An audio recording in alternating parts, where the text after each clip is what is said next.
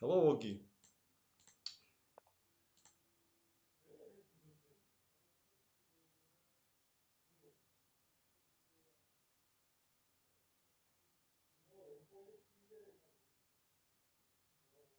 Здраво.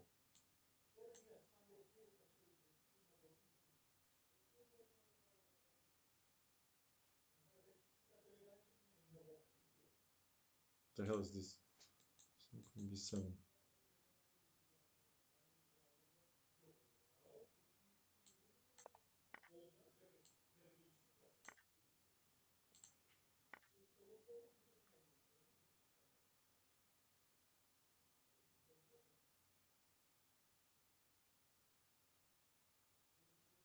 At back. Hello.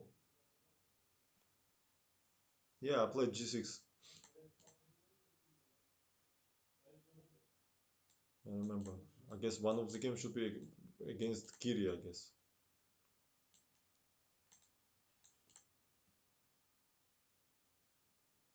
Bishop C5. Take.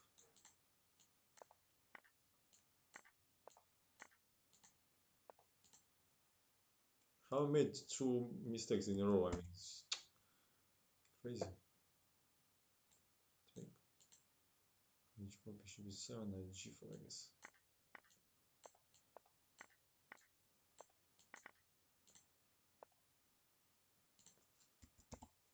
Three.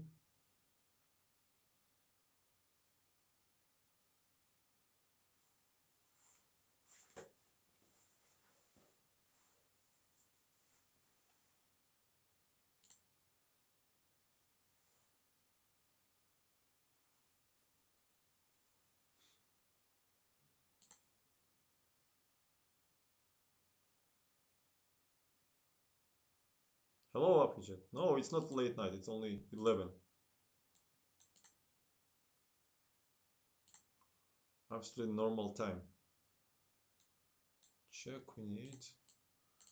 I assume one. So exchange. 1 point. Okay. Take 60 and give me 1 point. Yeah. So sad. G3, rook H3, I guess.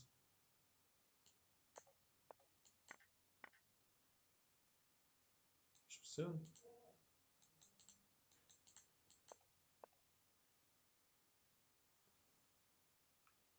G7, rook F1.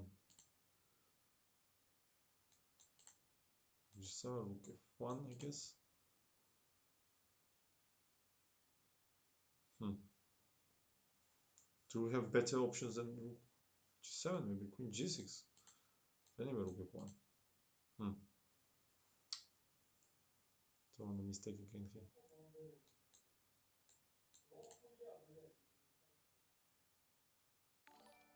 Queen E6. Okay, rook G7 should be. Ah, no, queen E6 directly. Stupid me. No. What was? Thank you for following, by the way. Yeah, I'm not in mood to solve at all. I really lost 120 points. Are you fucking kidding me or what?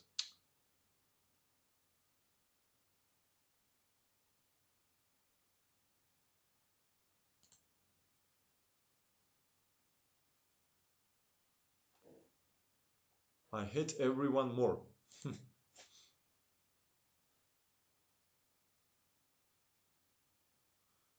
Nice name.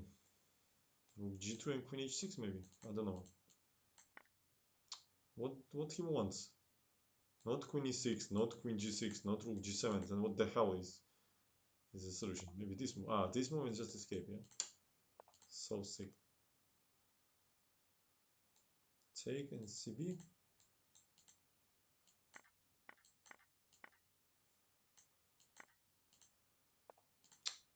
So many points on this. Queen 2. How to defend?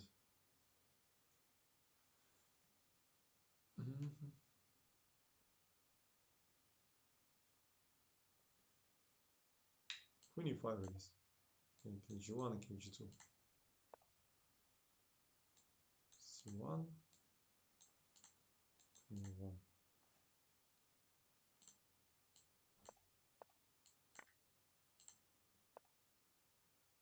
So queen e7 maybe distract queen. Attacking here. He played queen d2. Then raise with knight f2, king h2, some checks. I don't know. Queen e7, such a nice move. How not to play this? I want to play this move. I mean, what else? Oh, sick. I mean, it was so tempting move. Queen e7. This is wrong. And what is solution instead?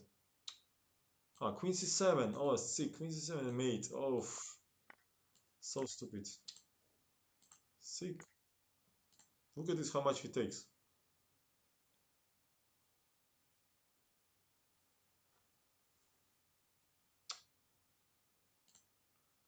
Sick. Hello, hello. Yeah, me too. Now we'll be Botvinnik games. I just wanted a little bit make puzzle, and I got so much mistakes. I mean, 100 what? 150 points I lost. I mean, this is insane.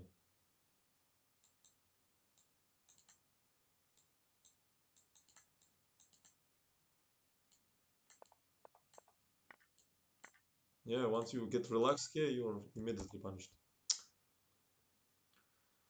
Queen b7, rook c7, c1, and take it.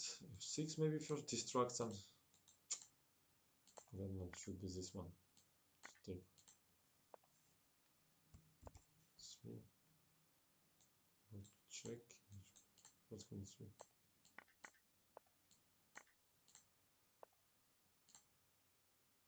And sacrifice something. Go 4, queen e1. It's not good. So rook g6, knight g6. Rook f7, queen e1. What is this? What the hell is this? What?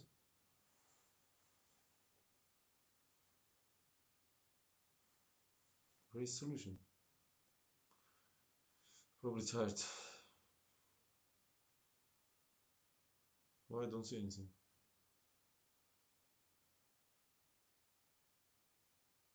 Hmm. Queen e1 is a threat.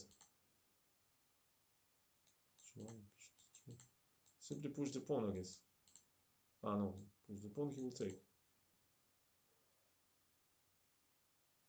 John Twitch, hello.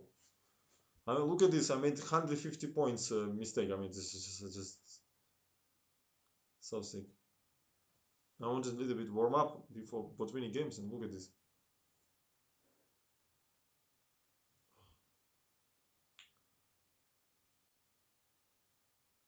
Minus 150. 1, 2, 3. Ah, no, my 100.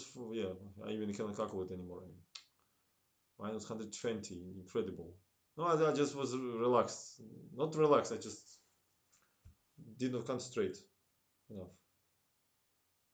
Even here, I cannot find any winning. What is what the fuck to do here? Rook g1 or what?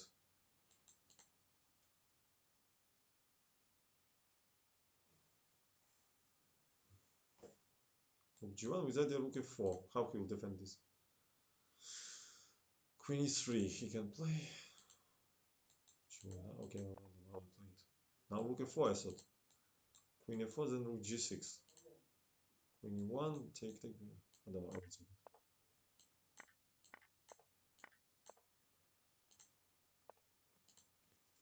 Terrible. Hello, Daniel. F6 maybe?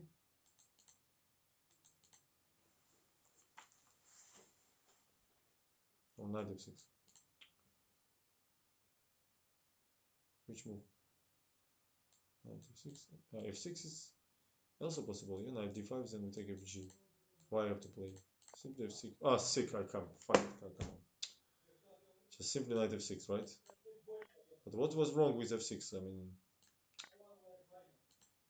150. Look at this. I had 2800 something, and look at this. That's how it happens here.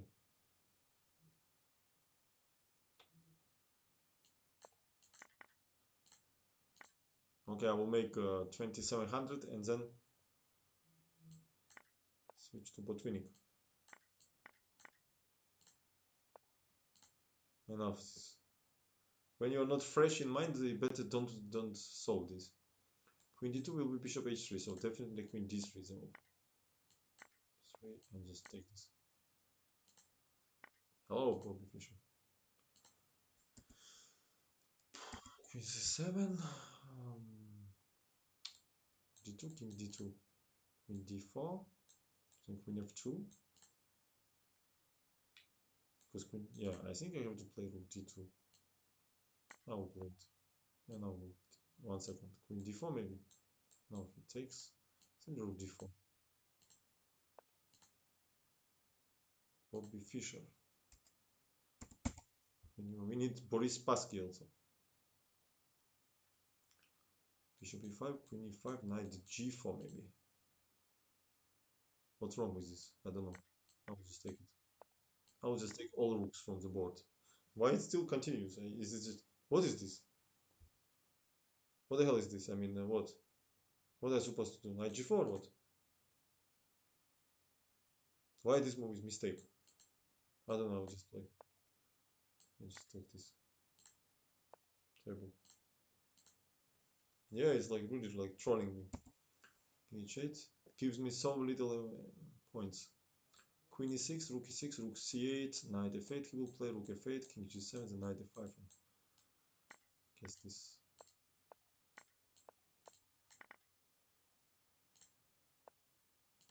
Okay, one more.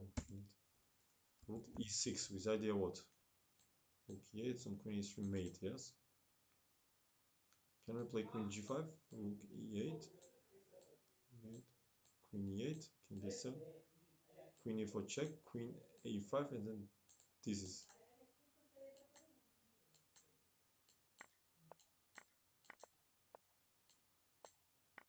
Give me 1 point, 2 point. Okay, enough. Enough. Yes. Enough this. It was wrong timing to make puzzles. Instead, I wanted to show you games of Botvinnik, and we starting with his match revenge in 1961. Twinkle Toes, hello. I just read your message. Very strange message.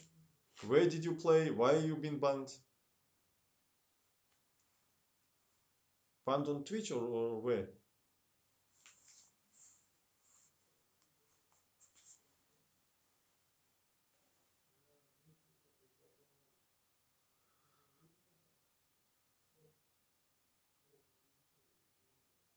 We went Jobava versus Magnus Carlsen. Not, I think he's not banned on site.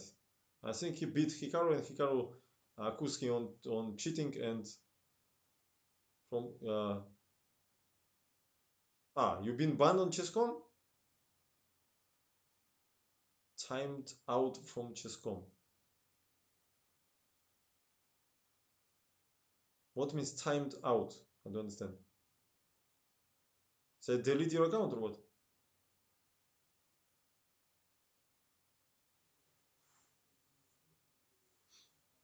Did you play did you play him during the stream or what? During your stream?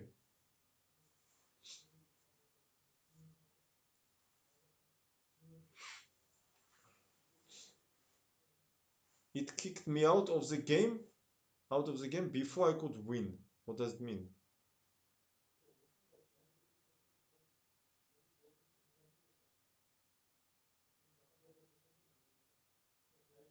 During Simu? Are you kidding me? What?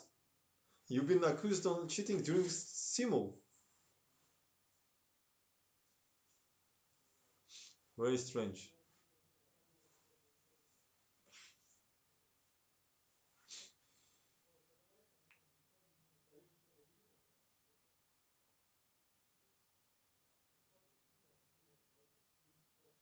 Of course, Twinkletos would not cheat. Are you kidding me?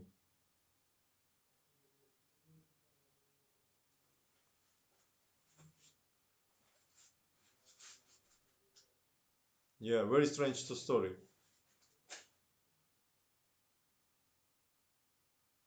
Mr. Ilias, hello.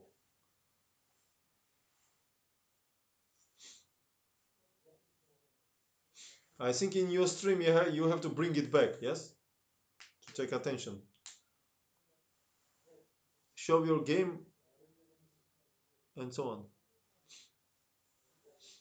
Yeah, Bernie. Michael versus Michael.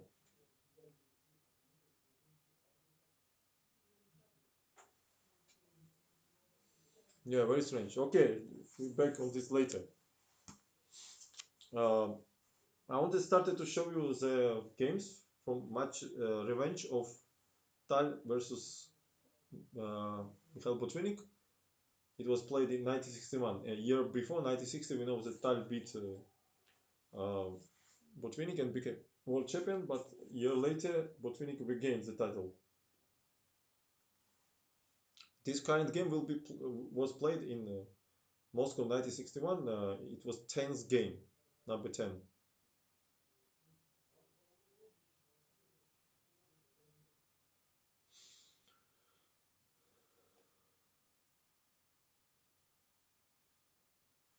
Yeah, this accuracy means nothing. I mean, it's bullshit, totally bullshit.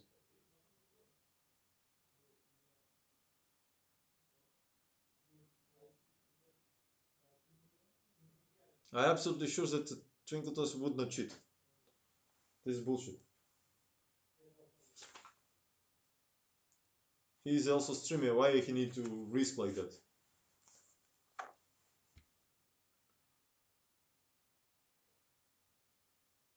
Okay, let's go in this game.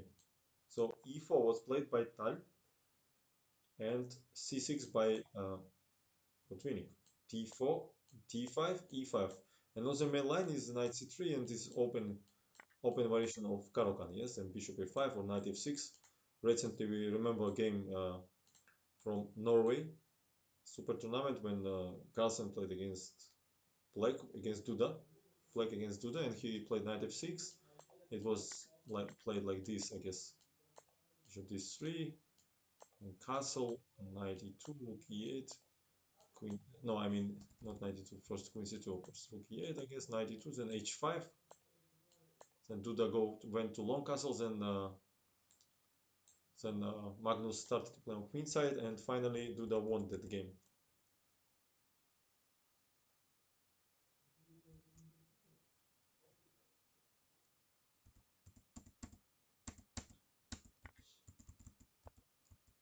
So in this game, e5, another main line.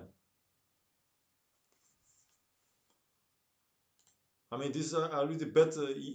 These are really bad sign, because if Chess.com started to accuse everyone, left and right, this is really strange.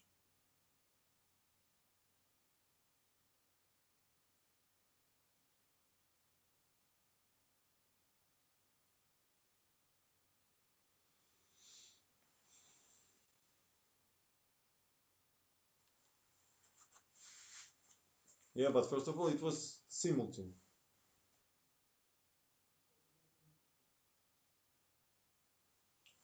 So e5.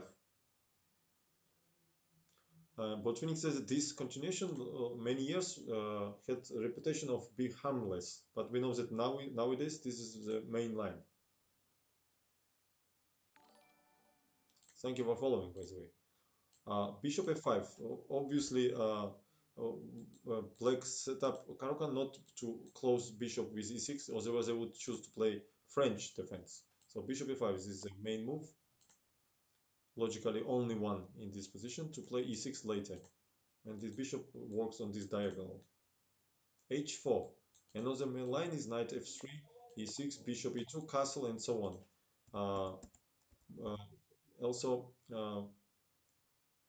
knight d2 or bishop e3, knight d2 was popular by Kasparov early 2000s. He was playing. I also played with him in 2003. I remember, crazy game. But h4 also very popular move. h6, h5 is the most main line now, and then usually the white plays c4, e6, and bishop g5, or yeah, this is the main line. Um, Or also they play bishop d3 here, bishop d3, queen d3, and there is e6 move or queen a5 check, queen a6, and so on. But in this current game, Botvinnik play modest move h6, and g4 was played by Tal. Borislavsky recommended in this position a quiet move, bishop d3, queen d3, e6, and at h5. This is what Botvinnik says. But Tal played g4, this position, and he played bishop d7 here. In case of bishop h7, there is a well-known pawn sacrifice, e6, which leads to very nice compensation for white. And they will exchange here, then try to block this pawn. And this bishop is a little bit passive here.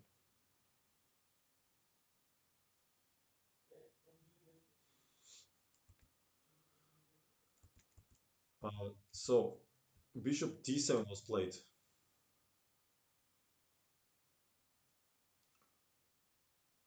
h5 by Tal. And we see later in 18 games, number 18 game, he played c3 in this position, prophylaxis. And Bronstein in the same year, 61, against Sportish, he played c4 in this position. So after h5, black must be in hurry to play against central. So c5, logical continuation, c3, protecting this pawn. dc probably was not uh, good for white because of e6 here, attacking this pawn. In if it's necessary, queen will join also. Maybe even knight c6 is possible here with either queen d5 and bishop g4 actually, because these pawns are weak. But Tan supports the center with c3 move. Knight c6 was played. Bishop h3. Uh, I don't like this move. If you have to play such moves, it means something go wrong in opening. So that's why Tal changed it in 18th game. e6. So Botvinnik plays this like mix of Carcon and French. This is typical French setup, and this is too early assault on the king side. Bishop e3 was played. Uh, he says that it was considerable to play f4 in this position, and then plays this knight here, which controls these important squares. But he played bishop e3, queen b6, attacking the pawn, and he played queen b3 here.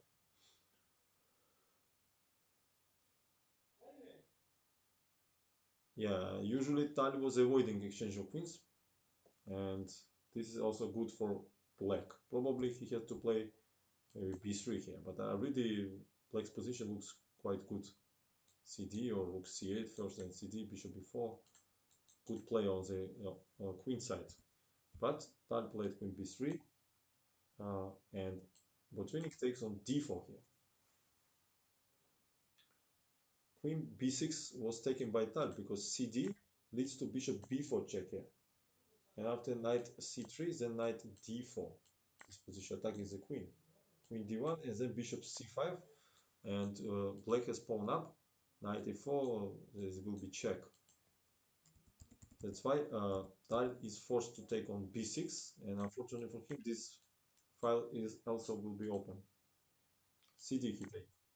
And now we all remember the famous game between Janovsky with white against Capablanca. You remember that when Capablanca's bishop was on f5, and same structure, he bring it back to d7 to play e6, and then it was supported after knight a5, b5 through this diagonal. And Botvinnik, of course, for Botvinnik, Capablanca was one of the idol. He always in almost every game commentary writes that Capablanca in this position played like this. Capablanca was this. So it was his idol. And even this position, he also mentioned him,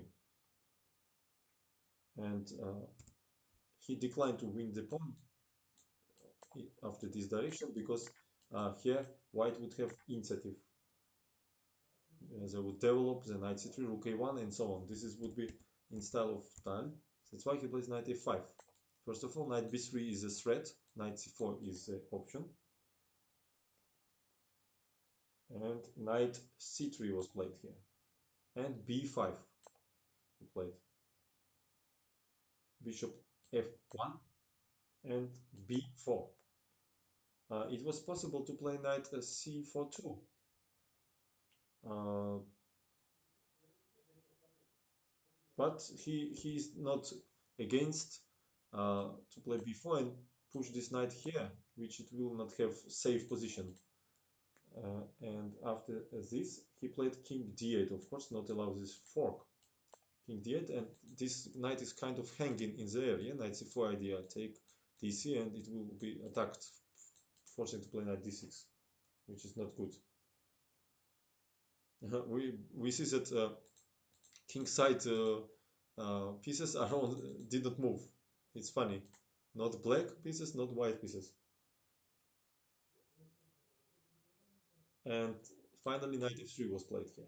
Knight c4. Again, he declined to win this pawn. So he thought that knight c4 is much better, forcing to take on c4, dc, and knight d6. Then he exchanged this knight, and after ed, he plays bishop 6. Look at this pin, very unpleasant pin here. Knight e5 was played by Tal, and from first sight, white can complicate the position now, but it's only illusion, because this knight will get offside on h8 and black will use this. So they take on h1, knight f7, king goes to e8, knight goes to h8, and bishop e4. This was the Botvinnik's idea. For example, if knight g6, there will be b3, very unpleasant move, a3, and then c3, creating a super pawn on c2 here.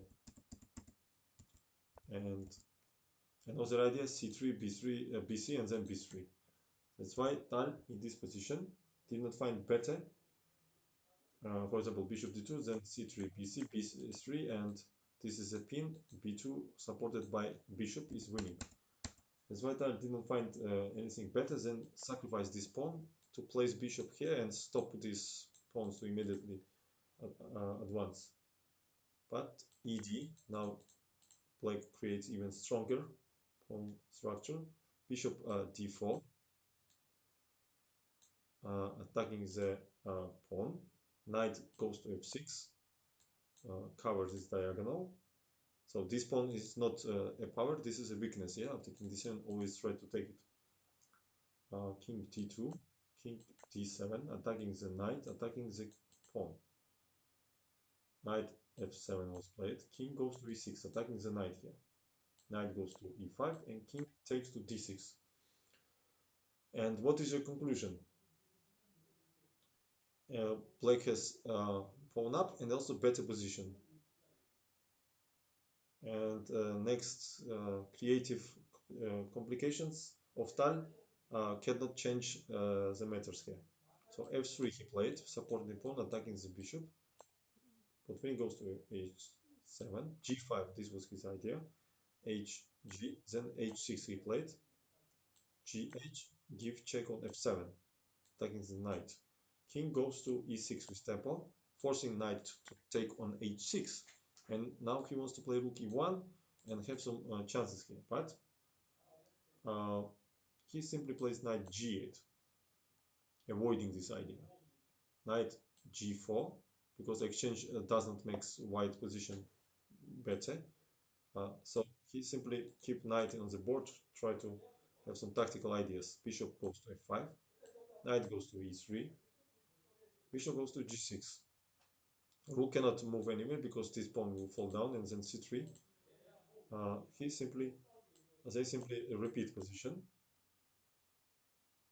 because he was a light time trouble for Botvinnik. He wants to reach number 40 move, and this is number 37. And after knight g4, he goes to knight king d6, avoids the draw, of course. Knight e5, and goes bishop f5 here. So black is giving away this pawn after fork, because this pawn is not dangerous. It's easy, it can be blocked with bishop, if necessary with knight. And game will be decided on the queen side with pawn breaks here. So knight f7 check was played. King goes to d7. He take on g5 here. Knight goes to e7. He wants to play knight c6 and kick away this bishop from blockade position. f4. Knight c6.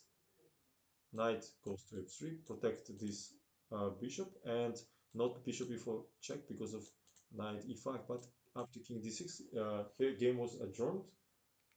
But white resigned before continues the game next day, because we see that bishop e4 is a threat. Rook doesn't move. This rook did not make any move like this rook, but this rook is much better.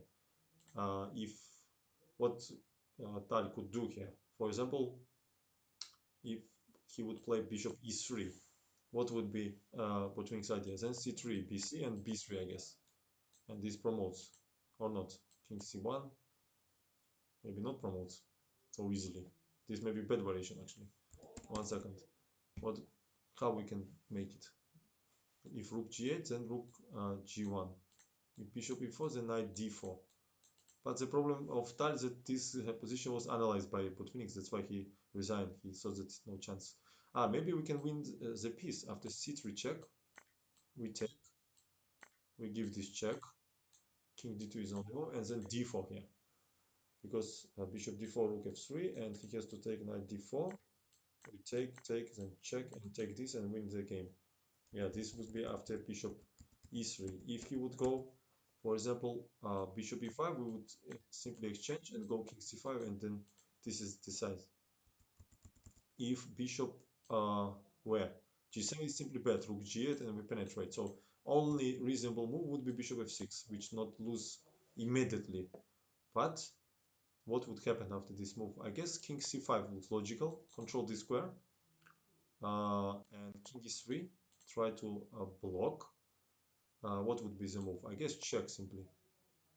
Yeah, and then d4, whatever you move, bishop e5 or whatever, I'll play d4. Yeah, game is over here. That was cool. Okay, let's see the next game. When it Botvinnik was white, it was next game, next day. Maybe not next day, I mean next game, it's better say, number 11th. And Botvinnik was white this time. It's always interesting to watch games from world title matches. The tension of every game, every move. It's hard to make mistake even by English in surname of Tal, I guess. Okay, let's go. So this is very instructive game, by the way. d4 played by Botvinnik, knight f6, c4, c6, knight c3, and d5. And Botvinnik said this was a psychological miscalculation by Tal, because Tal lost two previous games, and he decided to make rest. I mean, try to make quick draw. And Tal predicted that Botvinnik will not decline to go to the exchange variation of Slav.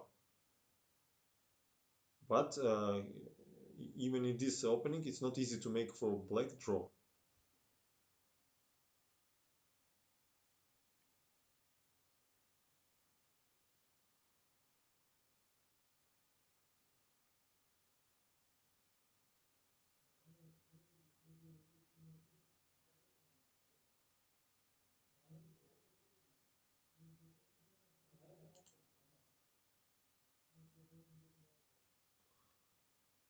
Okay, so let's go. c4 takes on d5, c takes on d5, knight goes to f3,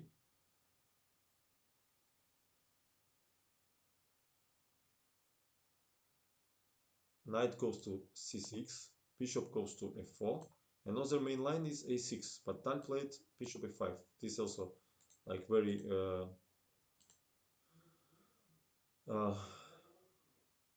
one of the main line here. So we know that Lasker and Smyslov there was given preference to e6 move, but this never was tempting me to close this bishop here. So bishop f5, e3, e6. So far symmetrical position, bishop b5 here.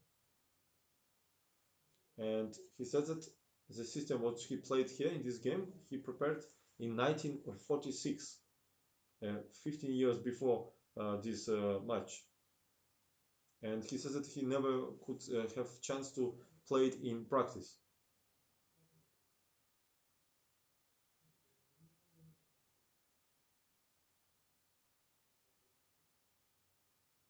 So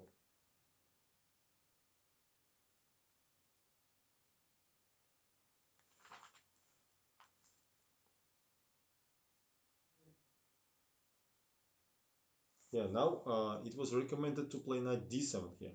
This now it is also one of the main move. The idea to control e5 square, get rid from pin. In case of queen e4, black are ready to sacrifice this pawn here, this position. This was a known all long time ago.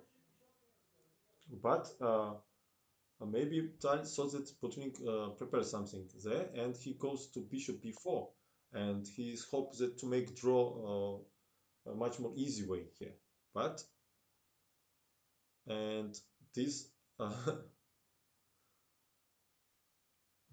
some horrible games, yeah, because of Halloween. I didn't know. Arthur Chess, привет.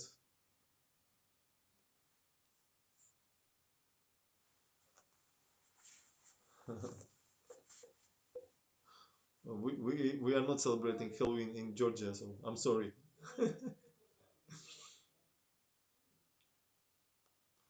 So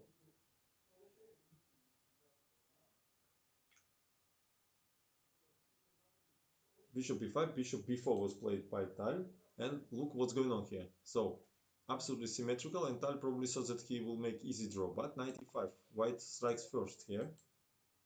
Queen a5 was played in this position. Probably after rook c8, we can take then bishop a6 here, and this rook will be catched in the corner. So queen a5 was played. Castle also is possible in this position, but queen e5 by Tal. Bishop c6 check, bc, castle. So between castle first, also knight 6 is a threat. So bishop c3 because castle leads to knight 6 with a fork. So he takes on c3, bc, and queen takes to c3. And this is already inaccuracy.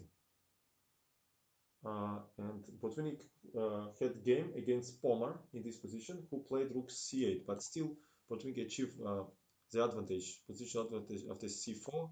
Castle then put pawn on here. This bishop controls this, and we see the position, black's position. I mean, it's very, very passive, very bad here. Knight is attacking pawn. If they play knight e4, always have f3. Knight doesn't have target, and Botvinnik won that game. But here Tal played queen c3, and probably he was hoping for rook c1, then he wanted to play queen e3, then castle, and so on. But Botvinnik played much stronger move in this position, queen c1 here, attacking the queen. And black cannot avoid exchange of queens here, because bishop c2 is a bad move to rook b1, and black is serious troubles. Rook b2 is a threat, rook b3 is a threat. And unfortunately for Tal, after queen c1, rook goes to fc1 with tempo here. He cannot defend this pawn. Castle was played. And we see that this is not symmetrical position anymore because rook is developed, knight will penetrate to c6, squeeze black position.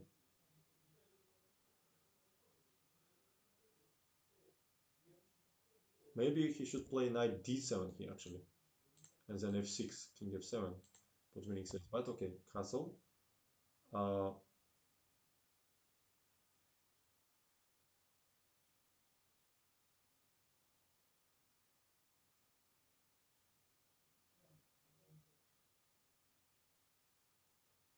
so what happened after this? Knight c6 was played. So not allowed rook c8 or rook any move, any rook on c8 because of fork. Also, the bishop controls b8 square, and this pawn will be the target in future. Black doesn't have any active counterplay. So this how with simple methods, Botvinnik achieves a very nice advantage here. Rook f e8 controls e7 square to avoid some kind of checks, but black is losing so much time here. f4 was played with either a5, a6 here, and white is have space advantages in this position, and this pawn is very weak. Knight d7 played by Tal because he need to find some plan. Maybe he wants to play f6 here. Bishop goes to d6, take I to this square.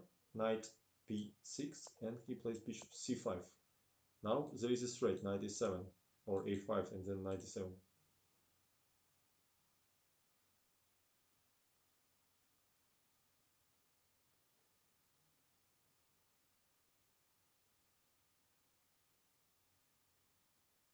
Now 1 second. Here was played actually. I missed this. I forget to implement these two moves. F2, H6 was played, of course, first. Then A4. Then was these moves. Knight D7, bishop D6. This is the position. Knight B6 and bishop C5 here. Now knight C4 would not be good because of E4 in this position. Yeah, we cannot take because of rook C4. And if bishop goes somewhere, uh, for example, bishop G6, we just take, then give check, and take this pawn here. And also attack knight, and knight c7 is a fork threat there.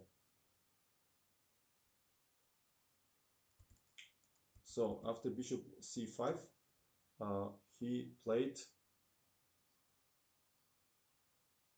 bishop d3 in this position. Try to avoid this e4 and control this square. But this leads to material losses after knight a7 here. Probably Botvinnik didn't play a5, drew of knight c8. Still, this position would be very bad because knight is cut off from the games, and we slowly improve position.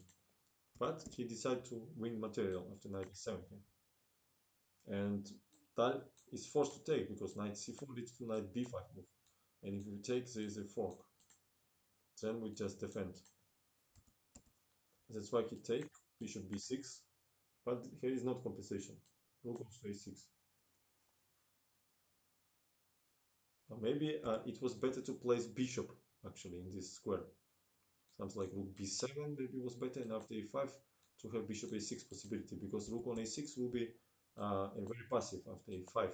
It's locked by this bishop and pawn, and now rooks can operate on these files.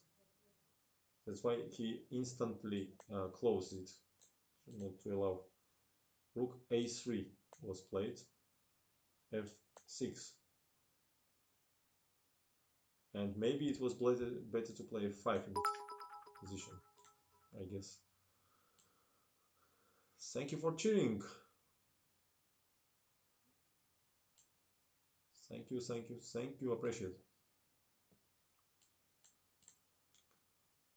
But f6 he played. e4 immediately, Botvinnik takes space. King goes to f7, king f2. So in these positions, black has to be very passive. They cannot do anything. And white slowly improves the position and converts the pawn up. And also, it's a very dangerous pawn. So he played rook a8, admitting that he just lost time with rook a6 move. King goes to e3 in this position. Yeah, rook on e6 very bad. Yeah. Rook goes to eb8. And that just waits. Rook goes to c3. Always have to consider these options like sacrifice on c4. Rook bc8, c protects. Botvinnik goes g4. Yeah, now once he improved all his positions of king and rooks, he wants to open up position on the king side and then penetrate with rooks. So what happened here? Rook b8, that is just waiting. h4, rook c6, h5. So the plan of white is clear, to play e5, then exchange on g6, and then sooner or later play f4, g5, and create another passer. So with two passers, black cannot do anything. Rook b c8 was played, e5, and g6. Yeah, uh, Tal was fed up with passive waiting, so he tries to create counterplay, but it's only forces lose. So hg, now this is a weak, king g6, rook goes to cc2. Probably he wanted to double rooks over h5. F takes e5. And after this diagonal will be open, and bishop also can participate in operations against king side. So better was don't touch, but I probably already was in desperation mood here. D, E, rook goes to h8. Defend in advance, rook goes to h2, rook goes to c8. Uh, of course, h5 is simply bad because of rook h1 is pinned here. So he plays rook c8, king goes to d2, bishop goes to b3. And now this pawn can go to a7 immediately. So a6 was played, bishop goes back to c4, tagging the pawn, a7, rook goes to h7. So this pawn is too strong now. Theoretically, we can even sacrifice something, only twice distract these rooks, and then this will be promoted in some variations, but it's not necessary, of course. Botvinnik simply plays rook a1, rook goes to a8, and bishop goes to e3. This bishop is so strong, it's not only defense here, but it also attacks this pawn. So rook h1 is a real threat now. And then after rook h8, we twice take on h6 and then promote a8. So position is hopeless. Also rook b1 is another idea with rook b8 here. So rook b7 was played, rook takes on h6, king goes to g7, rook goes to h1, rook b2 check, and Tal resigned here after his own check, because he will probably play king c1 and the game is over very quickly. Thank you for following. There will be the point that after rook e2 we just give check or mate here, or just give check, take the rook as a minimum here.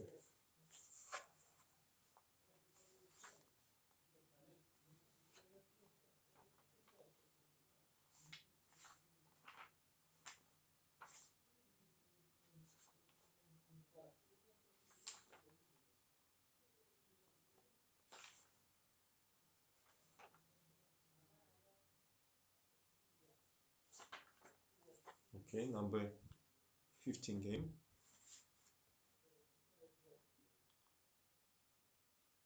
Yeah, this was exactly in style of Botvinnik. Solid advantage, positional, slowly, no way to hurry, everything under control. Botvinnik with, he won also 13 game, but we'll watch number 15. So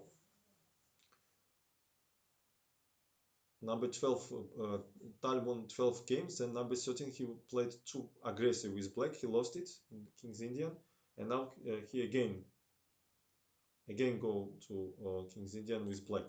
So let's see d4, knight f6, c4. He was losing in match and he was playing more aggressive. Bishop g7, e4, d6, and Zemish system. Botvinnik was actively playing it. Castle, bishop goes to e3 in this position. c6. Here is another options, e5 or c5. c6 is also possible with idea a6, b5, but usually play do it without castle. In number 13 game, he played e5 and then Botvinnik take on d, then take on d8, and so on, and won that game. But here c6, he avoiding that line, bishop d3, and goes e5.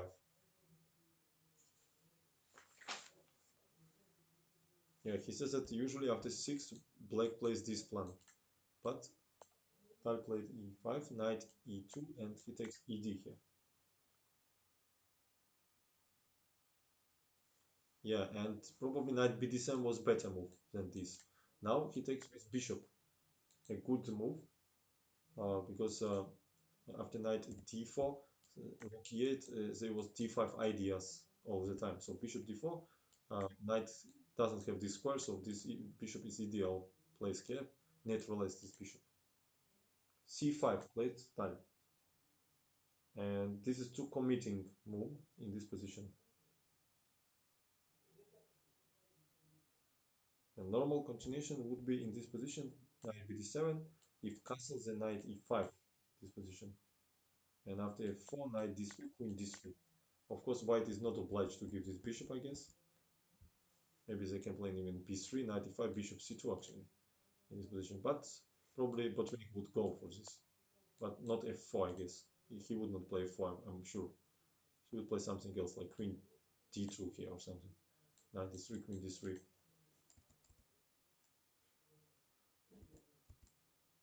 Yeah, Michael Adams is also positional, good player. But Tal didn't wanted to play very active, so he plays c5.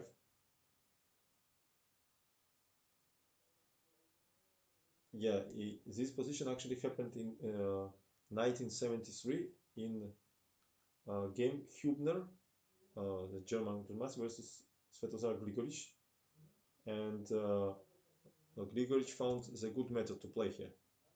He he played d5 in this position, and after cd e5 he played knight d7, and after f4 knight c6 he played, and position was very sharp game here.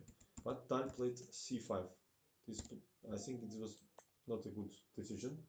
Bishop f2, knight c6. We see that these squares are weak, and black usually when they weaken their position like this, at least they have some pressure over on opponent's center. But now it's too strong.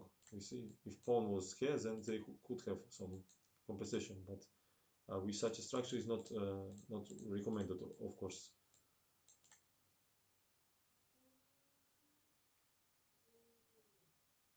Castle played by Botvinnik. Yeah, white is absolutely ignoring this exchange here. The knight e4 would come. So a6 was played.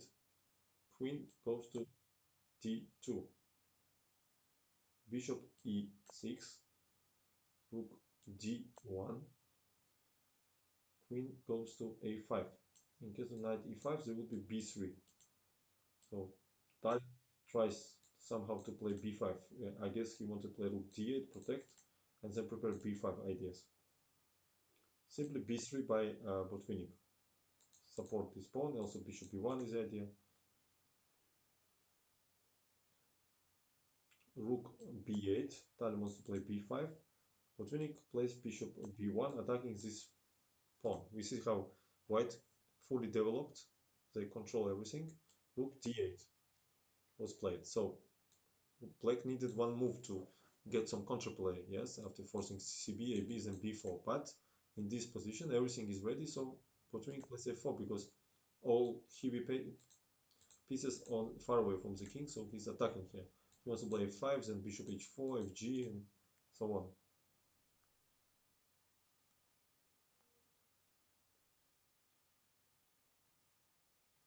Yeah, to parry this idea, Tal is going to endgame, and this actually was not his plan, and probably he was very disappointed here.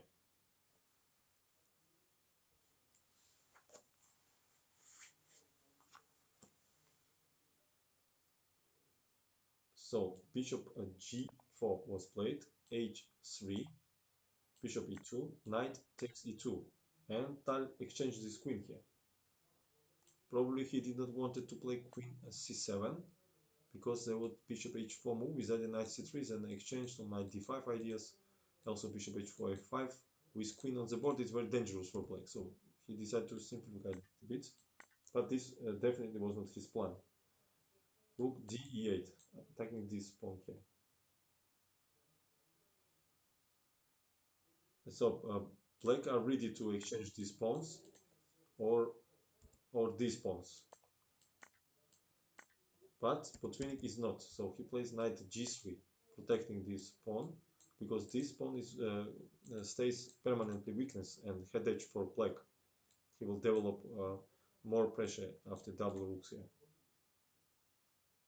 He played bishop f8 because he didn't like h5 variation, trio of rook d6, h4, and not knight e2 because knight e4 then rook e4 is tempo, but knight h1 in this position. And after knight e4, bishop e4, rook e4, bishop c5 or bishop h4, probably bishop c5. And it was probably not enough compensation for Tal. That's why he decided to play bishop f8, simply defends this pawn. Rook goes to e1. After h5, he can retreat to f1.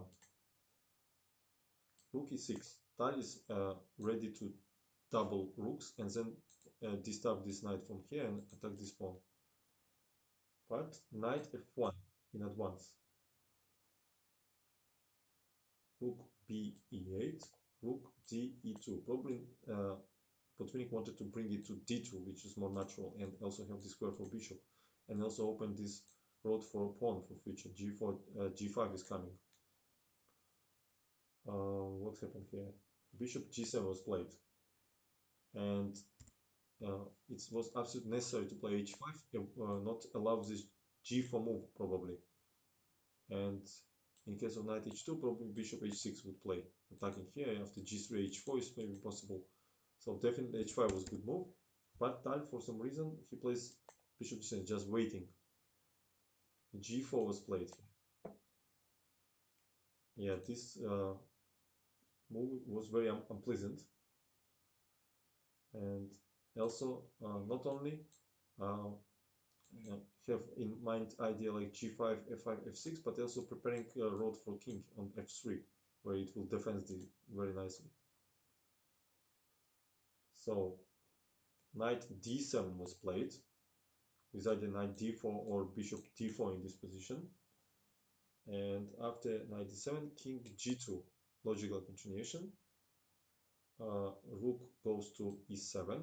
Obviously, knight d4 Tal didn't play because it doesn't achieve something. Also, he won't try to probably avoid some simplifications after bishop d4, maybe knight h2, knight f3, or even simply rook d2. So he was not in hurry to do it, and he just waits.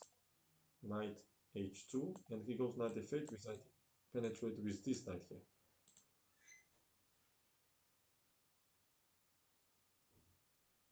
But the point that even if they do it, the knight on d4 is placed beautifully, but it does not affect of white play on the king side. So let's see what happened here. Bishop f4, h4, attacking the rook. And now Tal played knight e6, attacking this pawn. Yes, we cannot take on e7 because knight f4, and then we take this rook. That's why Botvinnik played rook f1, and rook d7 was played here.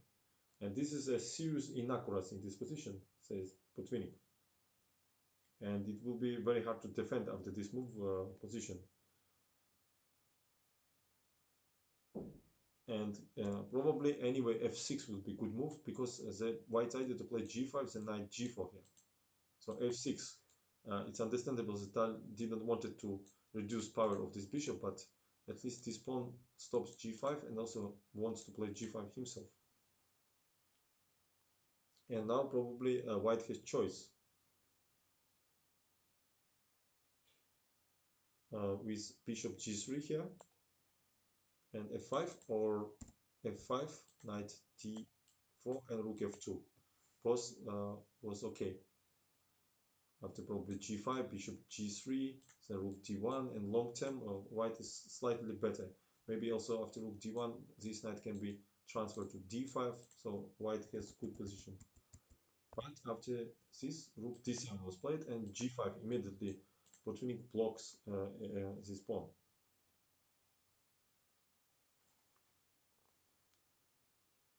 It's from first look, it seems dubious because bishop is closed, but this square is more important here. Also f5, f6 is ideas. h5 was played here, not allow knight g4.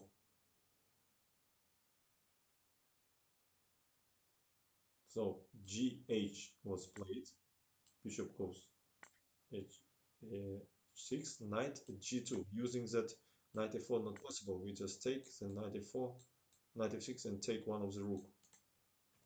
So that's why bishop g7 he played.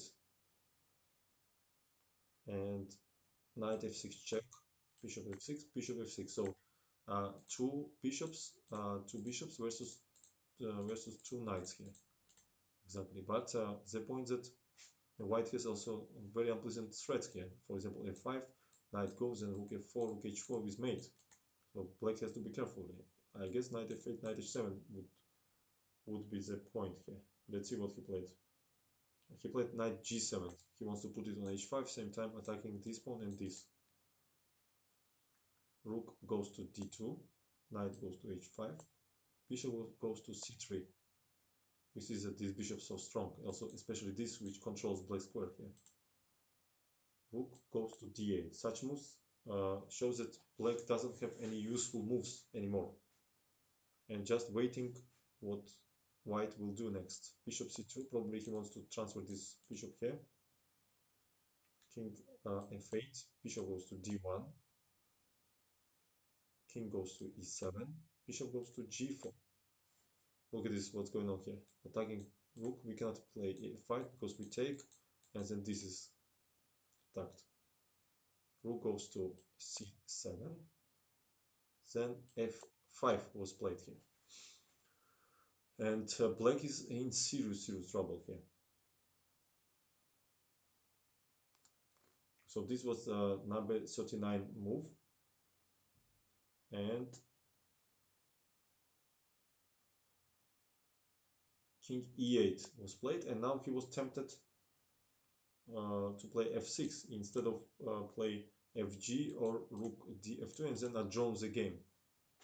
But he played f6, committing move here, a b5 and rook d5. So idea to take and play with pawn up,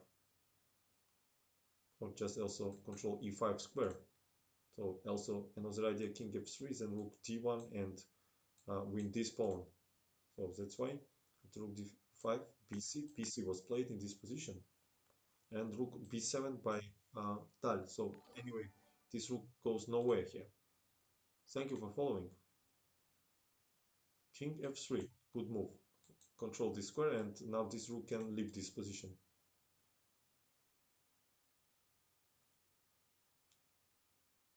Rook b4 was played in here, and even this exchange sacrifice does not change the whole way of the game. So now white by force go to winning rook and game. If Tal wouldn't play rook b4, then rook d1 was a very unpleasant threat and very hard to defend this pawn. So probably Tal already believed that his position is not defendable, so he at least tried to complicate a little bit situation. Why can't black go to knight d4? We play bishop d4, cd, then we take here. Then we take it, and then we take this pawn too. So rook b4 was played in this position. After rook b4, where is it? He plays bishop b4, knight b4, attacking rook and knight, but of course bishop h5, this was his idea. Knight d5, otherwise gh, rook h5, just hopeless. Knight d5, ed, now this rook is penetrates gh, and rook b1. This was the last precise move in this game. So he controlled this file, and black is absolutely tied up here. So what to do? King d7 is bad because rook b7 this hangs. Rook cannot be activated. For example, rook d7, we can even go to pawn and games and win this pawn. Or go to here. Yeah, so he played king f8. Just waiting. Then rook b6. Attacking here. Also tie up this rook completely to this pawn. King g8. Desperately, Tal wants to go out from this box, but king f4. King h7. King g5 was played, not allowed this move. Rook dg check, king takes on h5, finally material uh, advantage and also completely winning in the game. Rook g3, h4, greedy Botvinnik doesn't allow even take it. And after that, he played rook e3 here. Rook c3 was not better in this position because of variation rook d6, rook c4, then rook d7 attacking this pawn. And only defends this, but after check and rook f8, game is over. We take these pawns and defense here and promote 3 passers versus 1 pawn. Completely lost. Tal played rook e3, probably he wanted to sacrifice and check and activate this king. That's actually happened. Rook d6, check on e5, king g4, king g6. King simply goes to center with f4, rook goes to f5, king goes to e3, rook goes to h5, he did not go to h4 to not allow even this check, so takes on a6, rook takes here, king d3, protecting this important pawn, king f5. In case of check and rook h4, this king would be go here and winning this pawn, also protect this one. So king f5, he wants to play king e5, then check, king d4, but it's too late.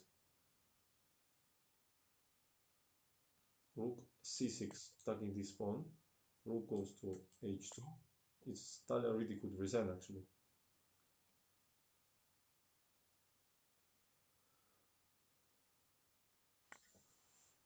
Yeah, he was also sick and unprepared, of course. Rook takes to a2, rook c7 attacking this pawn, king f6, rook goes to d7. He wants to go to c7 here. King e5, rook e7 check, and black resign because king f6 will be d6, and after king d6 simply rook f7, and this game is totally lost. There is no possible to blockade.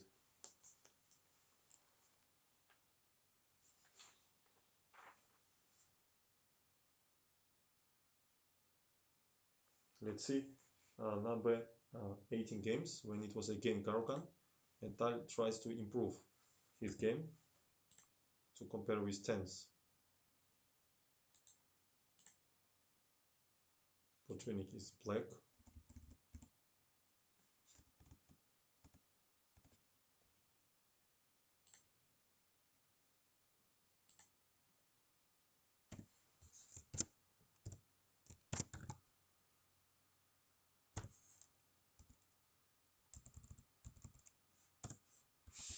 second, like this, and 18. Let's go. So it was the same like in 10th game. e5, e5, bishop e5, h4, h6, g4, bishop d7, and then he played h5. Then Botvinnik had time for c5, and so on. Now he played c3. And what happened here?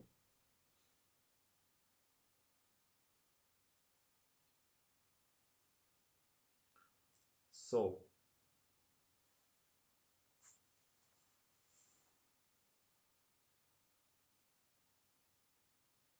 yes, yeah, you're right. These That's exactly what happened.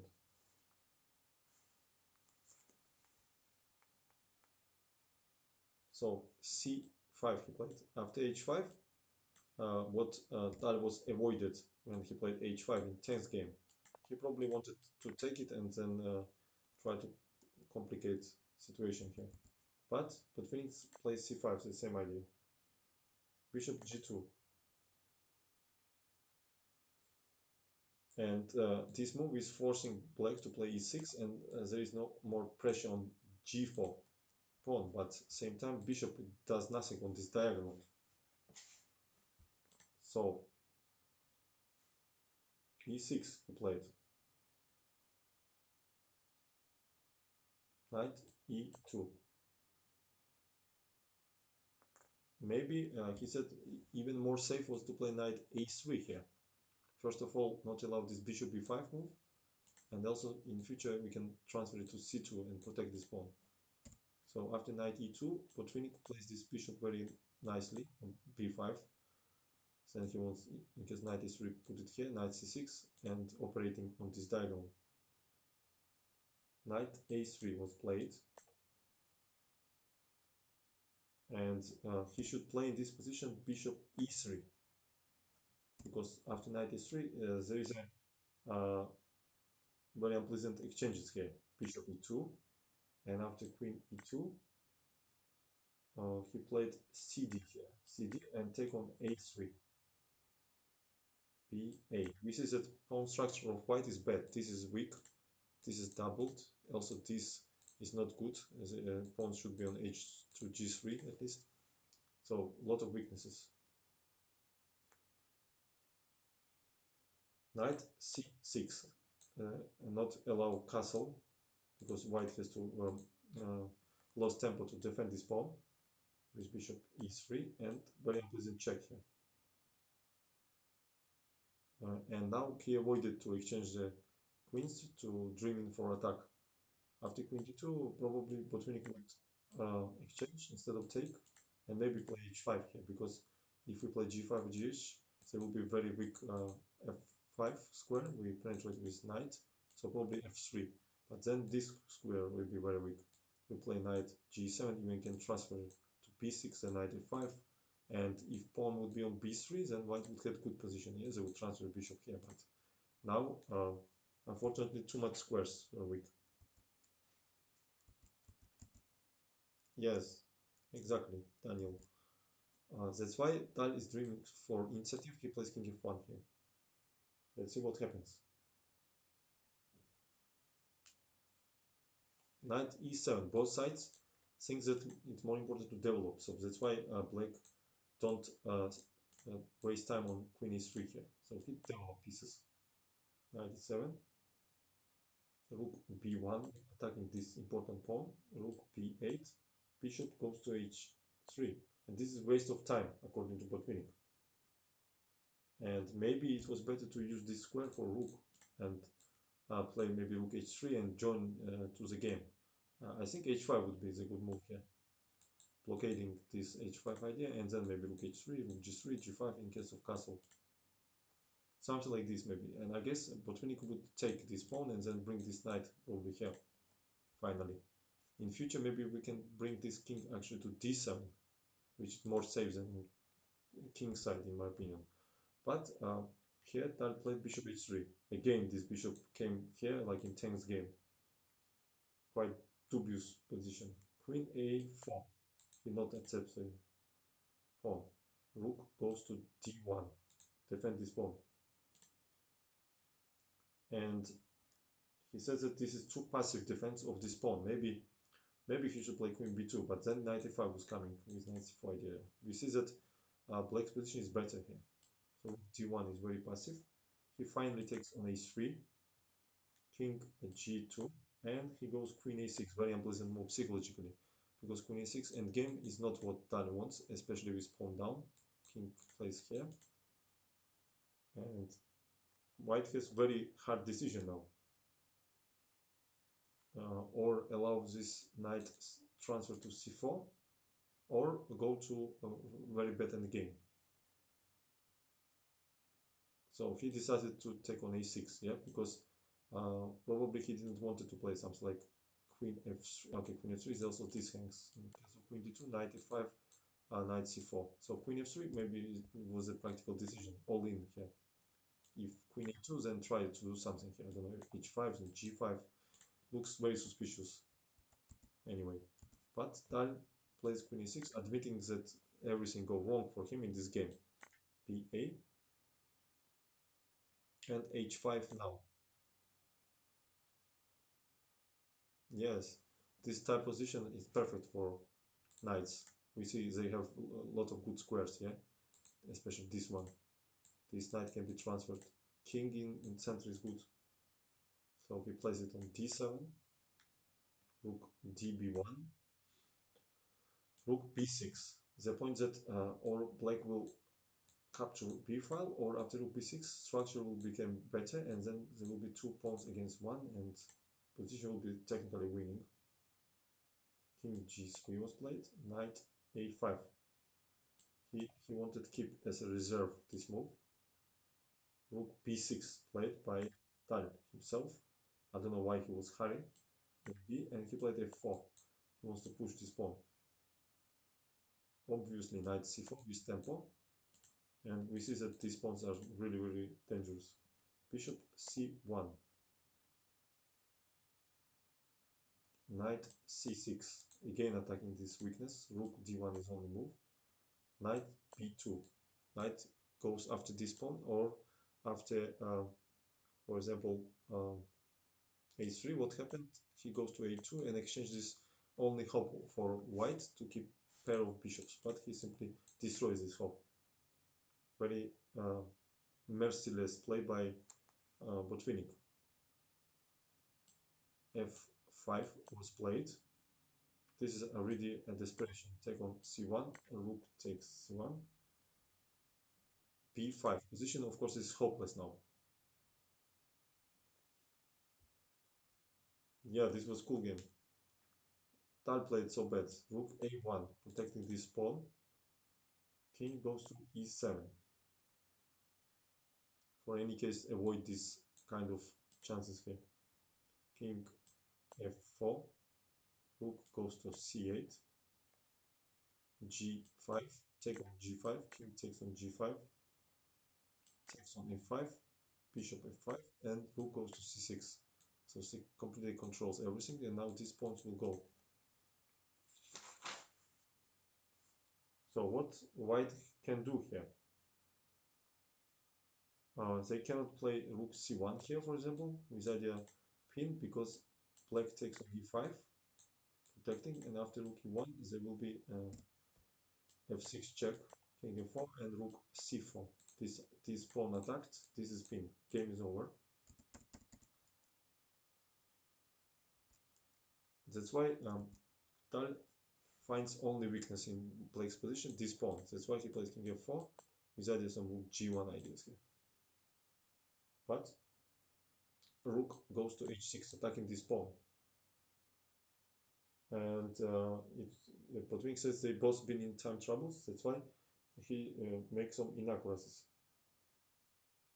And in this position, the shortest way, according to Botvinnik, was to play simply knight b6 here. And then this rook penetrates to c3 and then knight c4, because rook g1 we simply play king f8. No more threats here. The rook c4 attacking, forcing rook d1, and then rook c3. But Botvinnik played rook h6, bishop g4, and he goes back on c6. Because white wanted to play bishop f3, force knight b6, and rook c1, and keep initiative. That's why he goes back.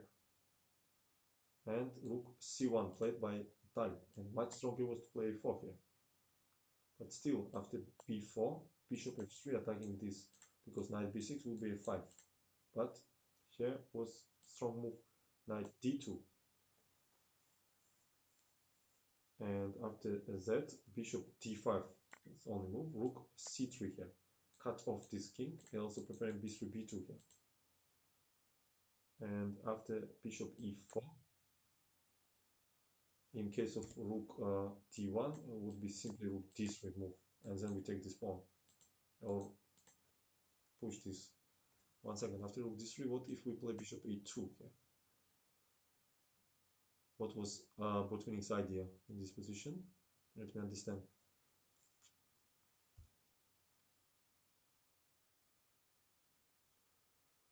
Where is win? If b3, we take rook d4, then king e3. Knight b3, then we take, take, take. And this doesn't look like winning. King e6, king e4. Maybe one second, king e6, a5 actually, and then we go after this. No, one second. How win here? Only move bishop a2, yes? There is no other move, because if we go here, then b3. So it's simply only move. After rook d4, I want to play king e3.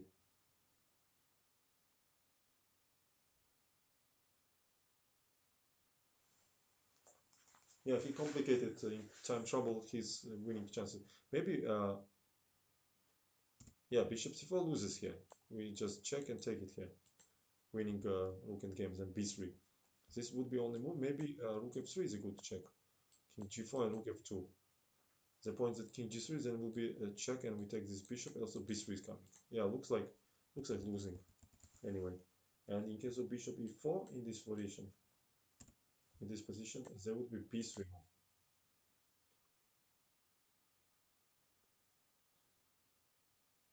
And white cannot fight against this pawn successfully.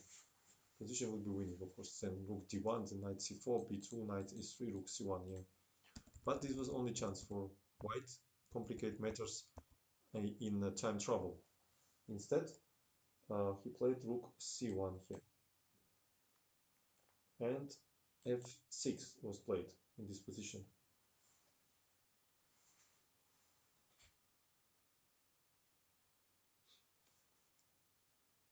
Dr. Med, what a question.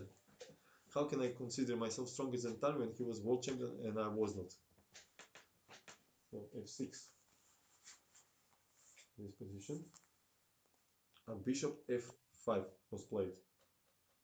And in time trouble, white makes mistake first. But he says that anyway it would be very, very hard to defend this position. So fe was played here. This was a match revenge codex, because we know that in 1960 Tal win world championship title, and 1 year later in match revenge he lost it to Botvinnik again.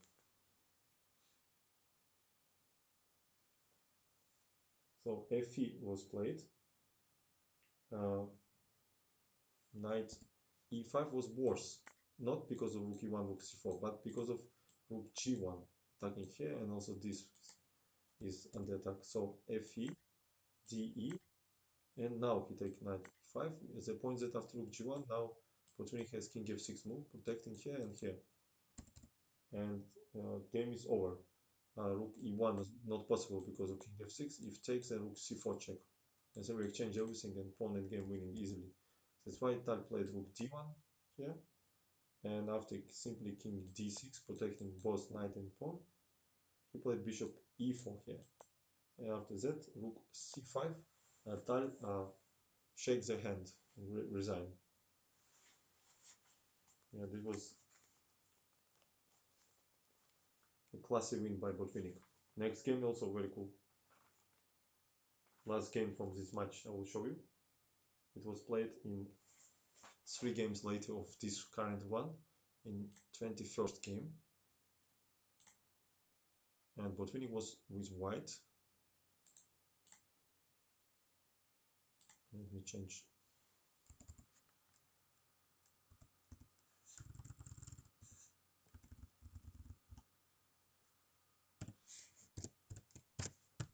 And here I put, thank you for all guys, 21st.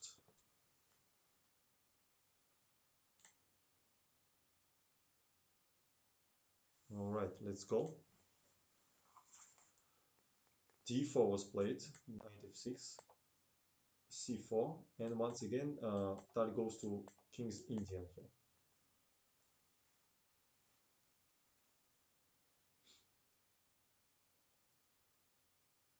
Yeah, Botvinnik says that before this game, Tal still was world champion because Botvinnik had 12 points and his opponent still had some theoretical chances if he would win for all 4 games rest, but it never happens, of course. Levente, hello. What a black humor, yeah.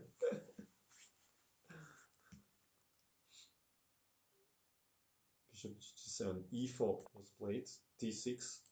Again, he goes to Zemish, very solid setup by white. Knight d7. So Tal is avoiding, of course, simplifications, but this is not so good variation according to Botvinnik.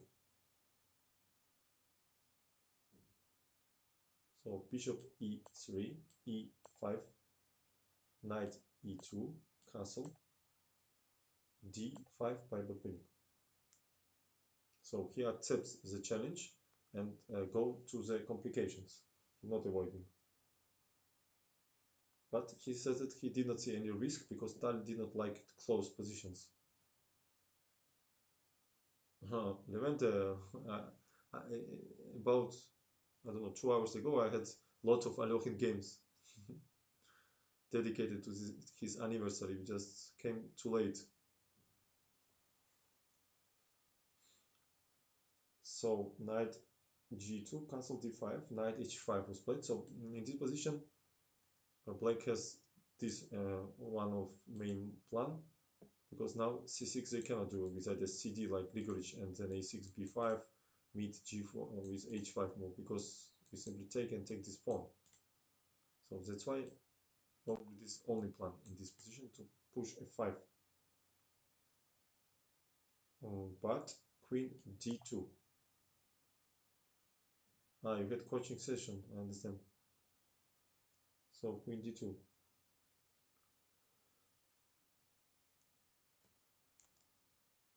So he declines to win the pawn after g4, knight f4, take, take, take, f5, ef, gf, g5, because he did not wanted to give initiative for black. He saw that black has initiative. Probably they can bring knight here, knight g6, some chances here. That's why he played queen d2 in this position. Solid move, preparing more castle.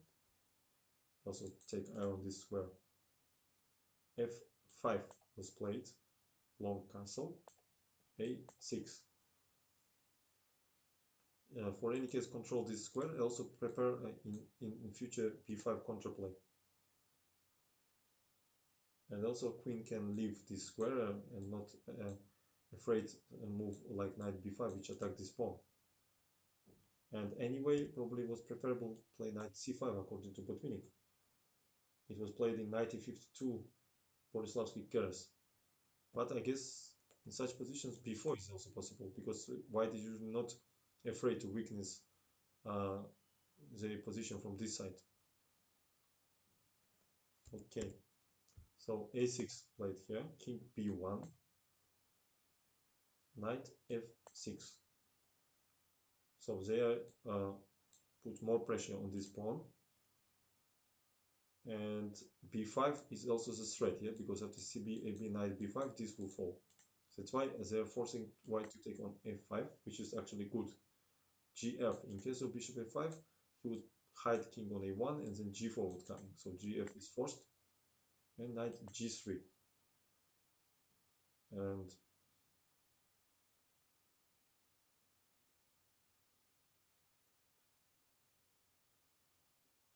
so knight g3 here. And Botvinnik says that black doesn't have a lot of choice here. In case of f4, knight h5, if we take bishop f2, that we will possess this square permanently after bishop d3, and this bishop will be dead here. So in case of f3, knight f6, queen f6, and now white not even take here, not allow some e4 ideas, but just play queen c2, emphasizing positional advantage here. We play the bishop d3, this pawn is weak, controlling completely this diagonal, also light squares.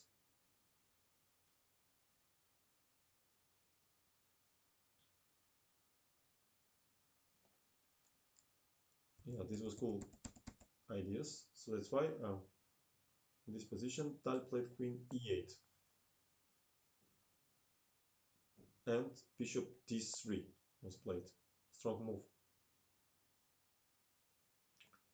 I will show you again this variation because he avoids queen e3. There is an e4 idea. Very interesting plan because knight cannot take because of mate here. And if pawn takes, black has some contra chances here, despite they are two pawns down. Even they can even exchange the queens, I guess, and put some pressure. Bishop cannot move. Bishop g4 is a threat. Bishop c3 is a threat, or simply bishop d7 rook e8. Not so easy for white here. But after queen c2, the queen controls this square, so e4 is useless now. We take with knight here. And then he wants to block this pawn like this, and then bishop d3. For example, b5 is probably simply bad. We play knight e4, queen e7, for example, and c5. Not even accept this. And just block everything on this side, and bishop d3, and slowly improve position. Of course, Tal avoided such lines. He plays queen e8, bishop d3, attacking the pawn. And Tal plays knight g3, which is a very sad move, I guess. In spirit of position would be e4 here. And knight h5 probably, and then f3 in this position. Something like knight h5, f3, f4. Maybe this was in spirit of this position, sacrifice pawns and try to block this square with bishop e5, but okay, it's still pawn up. In case of f4 here, then would be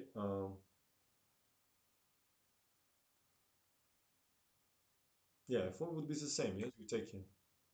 I mean, if you take, we simply go bishop f2. If you take, we just take here, and then we take queen e3, even e4 you don't have, and just totally lost position. Pawn down, blocked, no any counterplay here.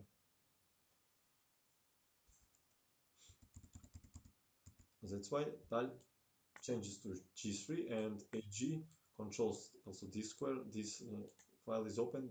Black's position looks very suspicious. c5 played by Tal. Yeah, it's a standard continuation in King's Indian schemes. After that, b5 will be much stronger because when usually you play b5, you have always considered this c5 option. So he closed this file, but this is too late. White has easy game on the king side. So bishop h6 here he played. This is bishop is very good defender of king side. So queen g6 and g4 now using this pin. b5 and he take on g7. So this bishop is often becomes weakness, but sometimes it can be became very strong bishop. Yeah, if imagine he would open this file, then some open this diagonals they connected with this rook would be very unpleasant pressure on this pawn. That's why he eliminated this bishop.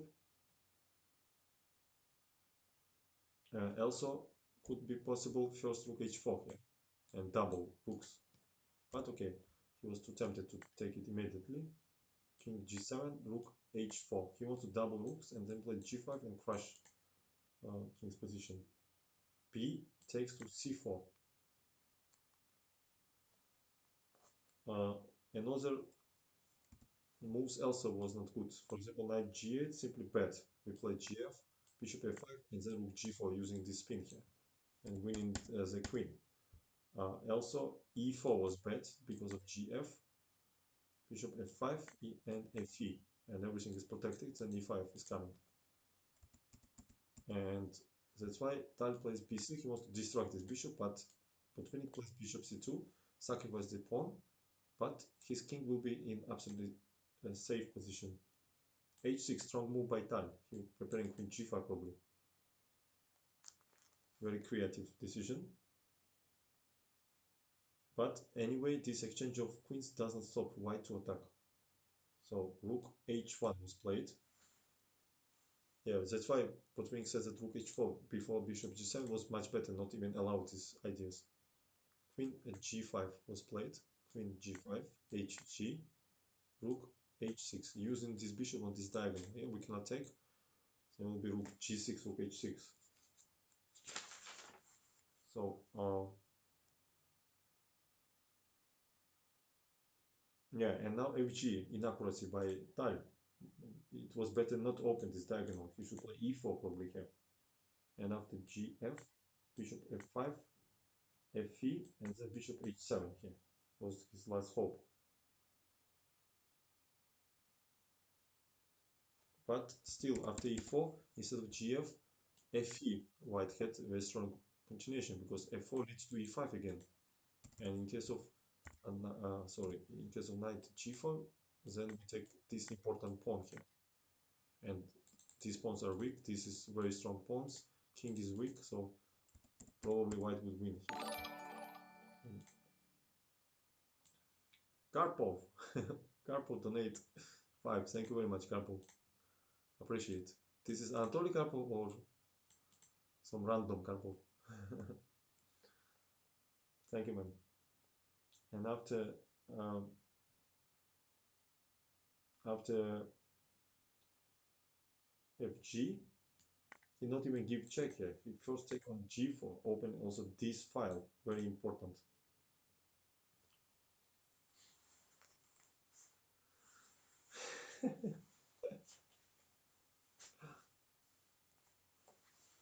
I guess tomorrow or day after tomorrow, I finally have to receive this microphone, so probably you will hear me better. I hope so. This is a most simple continuation because pressure over a file connected with this combining threads here is absolutely impossible to defend. So bishop g4 was played by Tal. This rook did not play any moves yet. Rook g6 check, king f7, rook f1, punching the knight, king e7, rook g7 check, and after rook g7, king e8, because rook f7 loses after knight e4, and this is a problem. So king goes to e8. Same will be after king d8, knight e4 with a pin. So king e8, knight e4 was played anyway. The problem of black is that they cannot take a duel of this check and win this rook. So that's why Tal played knight d7 here. And check on d6, king goes to d8, rook f8, knight f8, knight takes on c4, bishop d7, rook goes to f7, king c7, d6, and Tal resign. And also Botvinnik regains the title after this game. Yeah, this was a tragic moment for Tal.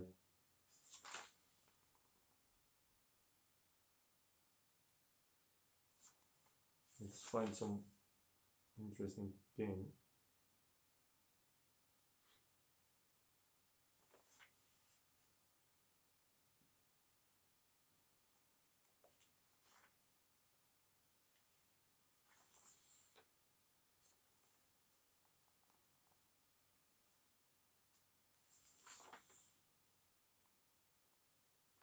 Yeah, this is a cool game.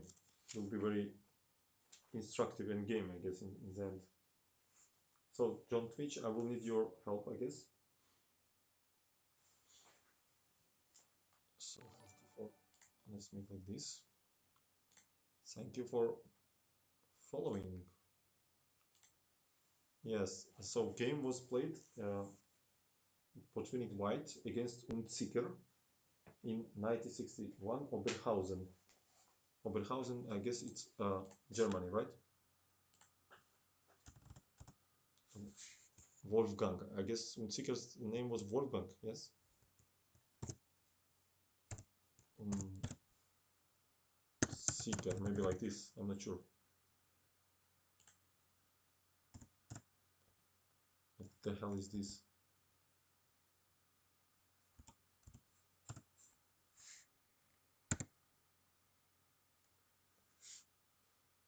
Yeah, Wolfgang Unziker. Which year it was? 1 second. 61, yes, Oberhausen. Find Oberhausen. How to write it?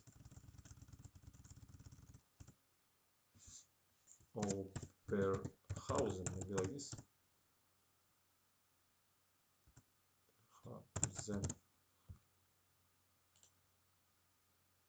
Unziker.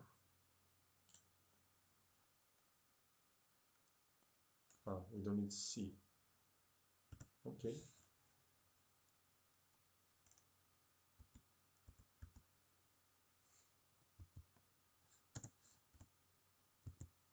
Like this.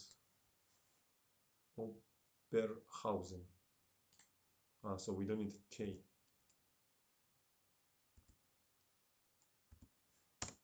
Simply like this. And S. Okay, man, thank you. It was played in second Team European Championship. So let's see what happened here. C4 by Botvinnik. Knight F6. Knight F3. E6. G3. 1 second, I need to change V to W, of course. Wolfgang. Like this. Okay. D5 was played by Unziker. Bishop G2. And this kind of mix of English and Catalan and Reti, everything together. And C5 was suddenly played here on Seeker. Castle, Knight C6, and after CD, ED D4, we transpose to Tarrasch system of Tarrasch system and Rubinstein variation with the fianchetto.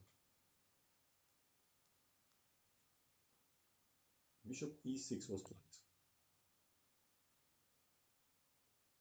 played, and it was not necessary to hurry with this development of this bishop. And sometimes in future it's much better to develop it on a5 on g4. You remember in one of the first streams I showed you a game of Akiba Rubinstein against young Capablanca. Capablanca also developed bishop here and Rubinstein very nicely with nice tactics with queen c1 move. In one moment he won that game. So bishop e7 would be the main move here. Bishop e6, knight c3. Bishop e7, bishop e3. Yeah, one will reverse the color. Yeah,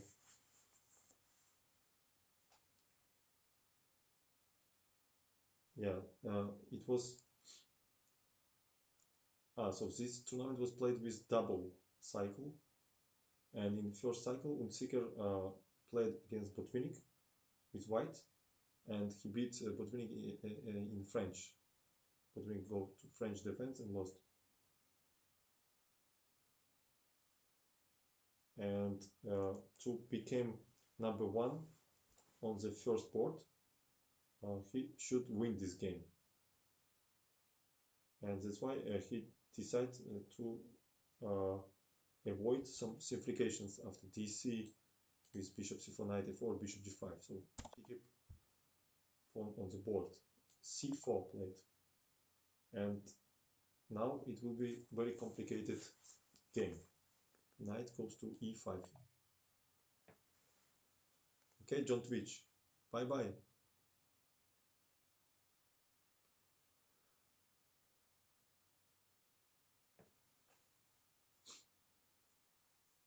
Thank you for support, John Twitch. Have a nice time. So castle was played in this position. In case of queen c7, he wanted to play bishop f4, wizarding knight g6, and after queen b6, he could start attack after e4 here. This was his idea, and open position. That's why Unziker plays simply castle here. And he takes on c4 here. Uh, he says that few decades before this game, he seen one of the game of Levenfish, where he sacrificed this idea with knight c4. Another way to play is b3, try to break this center from this side. But let's see what happens. Knight c4, dc, d5, fork, knight takes to d5 here. Knight takes to d5, bishop goes to f6. The point was that in case of knight f6, Unziker wanted to take, then play rook d8 and knight d4, or this rook knight d4, and his position would be more or less okay here. But Botvinnik is not obliged to take it. And also, second option to play bishop d4 here. And white cannot do anything in this idea. Now, queen d2 most probably good move in this position, with following rook d1. And white position, according to Botvinnik, was good, or knight f4 after bishop d4. But he plays rook c1 here, attacking this pawn. Bishop d4, of course not rook bishop b2, because rook c4, white is possessing initiative here. So bishop d4, that's why. Bishop d4, bishop d5, and e4. And he was avoiding, of course, the exchanges after bishop c5, bishop g2, king g2, rook e8, rook c4, then queen d1, and rook e2. He was avoiding these kind of simplifications. That's why he plays e4. And now he played bishop e4, but much stronger was to play bishop e6 here. And after bishop c3, queen b6. And black has good chances to capture d file and also use this square here. I don't know, to agree or not to agree. Maybe we agree about this. Probably. But Unziker takes on e4 here. Botvinnik takes on e4 and knight d4. After queen d4, white has a pleasant choice here. To take queen d4, knight d4, rook c4, attacking this pawn also knight, or take on c6. Probably this move is stronger, forcing queen d1, rook d1, b6, rook c4, pawns are equal, and it will be a huge suffering for black here. Probably rook b8, then b3, then double rooks, or play rook d6, then bring king in center or queen side, and will be suffering here. It's good chance to win. That's why Unziker plays knight d4, rook c4, and knight e6. And he thought that after bishop b7, rook b8, he can recapture pawn, but he missed up. He completely missed a tactical idea here by Botvinnik. Queen c2, strong move, protecting pawn and also attacking here. We see that this bishop, yeah, is attacking both pawns. g6 was played, bishop takes on b7, rook b8, bishop goes to g2 here. So we see that pawn up for Botvinnik. He must be now a little bit careful because this knight can jump and create some unpleasant threats. Queen f6, attacking pawn, b3 of course. Knight d4. Queen goes to e4, attacking knight. I also control these two squares. Rook f d8. So black pieces are on the black squares. So why bishop cannot attack? So this is ideal position for black, but they're pawn down. And rook e1 played by Botvinnik. Knight goes to f5. So rook e8 was not good for black. So we'll exchange queen for two rooks and convert the game. Probably also Unzicker declined playing king g7 slow move because of queen e5, I guess. And then we exchange the queens. That's why he played knight f5, try to activate rooks here. Rook c6 with tempo. Queen goes to b2. Rook c2. So here with tempo protect second rank. Queen a3. Queen goes to e5. And his plan was to play bishop d5 and then start to attack this square. That's why Seeker plays queen b4. Of course, with the idea of the bishop d5, simply take queen d5 and then take this rook. So we're not allowed that. Yeah, and now he had this maniacal idea to put this bishop here and then bring it to c4. And he plays king f1 for that reason. But it was better to play rook c to connect the pieces. And in case of knight d4, he had rook e4 here, pinning, and after queen d2, very unpleasant move, queen f6. And then rook e7 is coming. For example, queen e2 is bad. We play rook e7 and then bishop d5. Crush here. So this is not necessary variation for black, of course, but rook d2 was probably a good decision here. And then maybe h4, h5 even is possible. Bishop d5 is again threat. But he played king f1.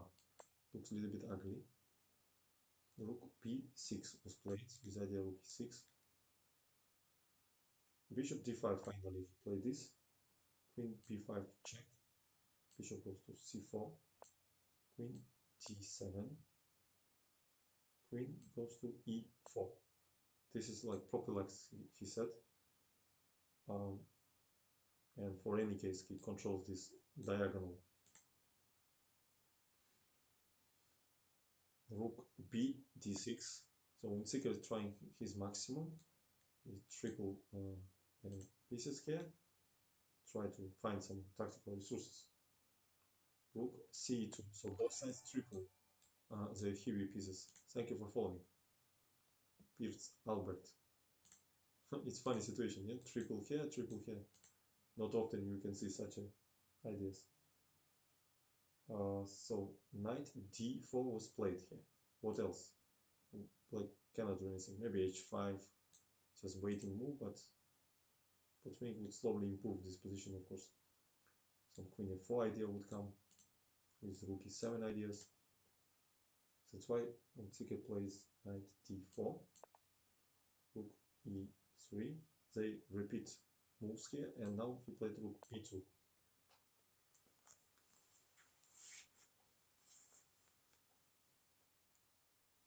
On the spectrum, what is huge bluff?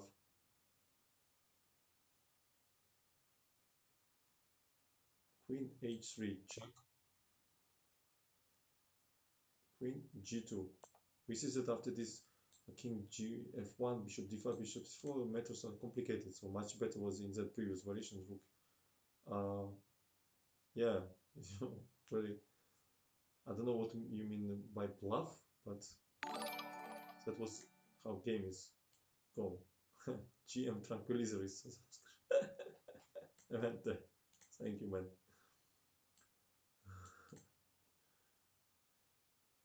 So queen g2 is only move.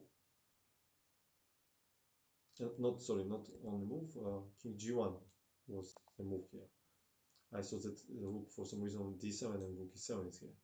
to take, but rook is here, so we don't have any option to distract this queen from this square. Maybe rook f6 here would be possible.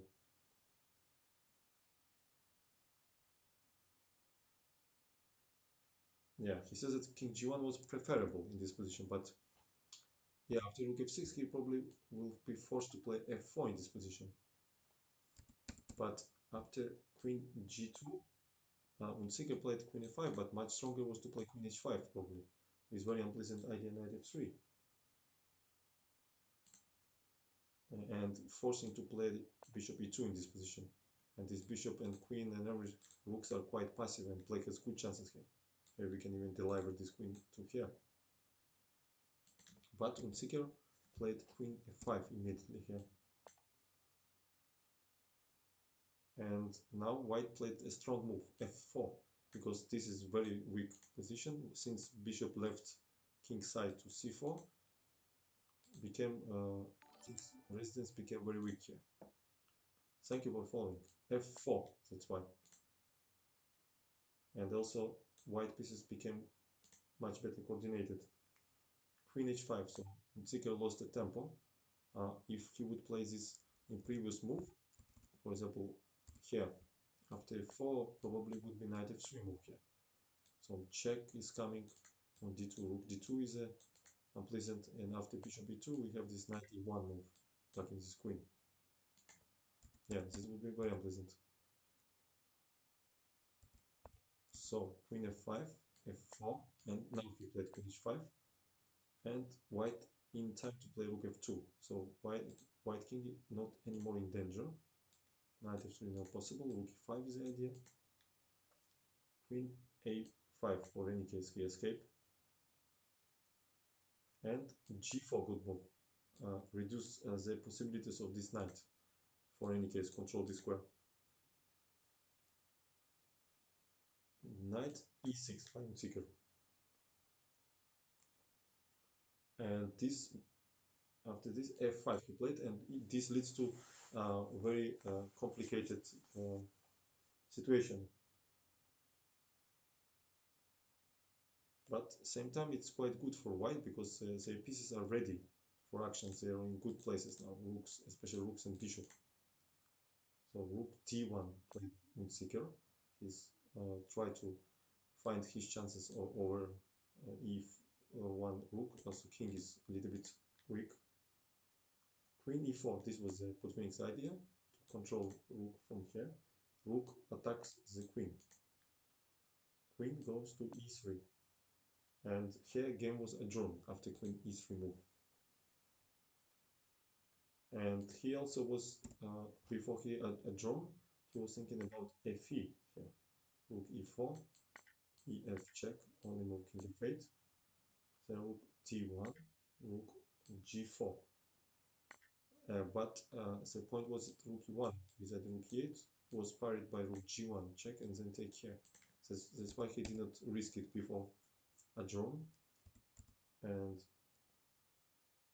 he didn't find anything which leads to victory. That's why he decided to play queen e3 here. And now Unziker plays creative move, original queen e1, which Botvinnik completely missed in his analysis. But he over the board he found anyway winning, and he was anticipating in this position rook e1, queen e1, then take on e1, king e1, gf, gf, knight g5 here, and he was thinking to play in the game f6 here. This was his analysis, to bring this rook in the game, and after h6, king e2 here. Rook e4, then king d2, and then bishop d3. This position, so king will be passive, and these pawns against one combined with strong bishop and rook will guarantee victory. But Unziker in this position, he took with queen, and he's not obliged to take immediately, and he plays knight f4 here. This is the idea. So rook a4 is just bad because we take with check and take here. Queen d1 is simply mate. But the point that black also doesn't have any more active continuation after this move. So Botvinnik simply take on g6. This is necessary exchange here, because if he would be able to exchange on f5, this pawn will become weak, and then king goes after it. So fg is necessary. I'm just thinking, if this was good, maybe he could take here right now. Rook f5, probably he would take, and we cannot do anything, right? Because rook e1,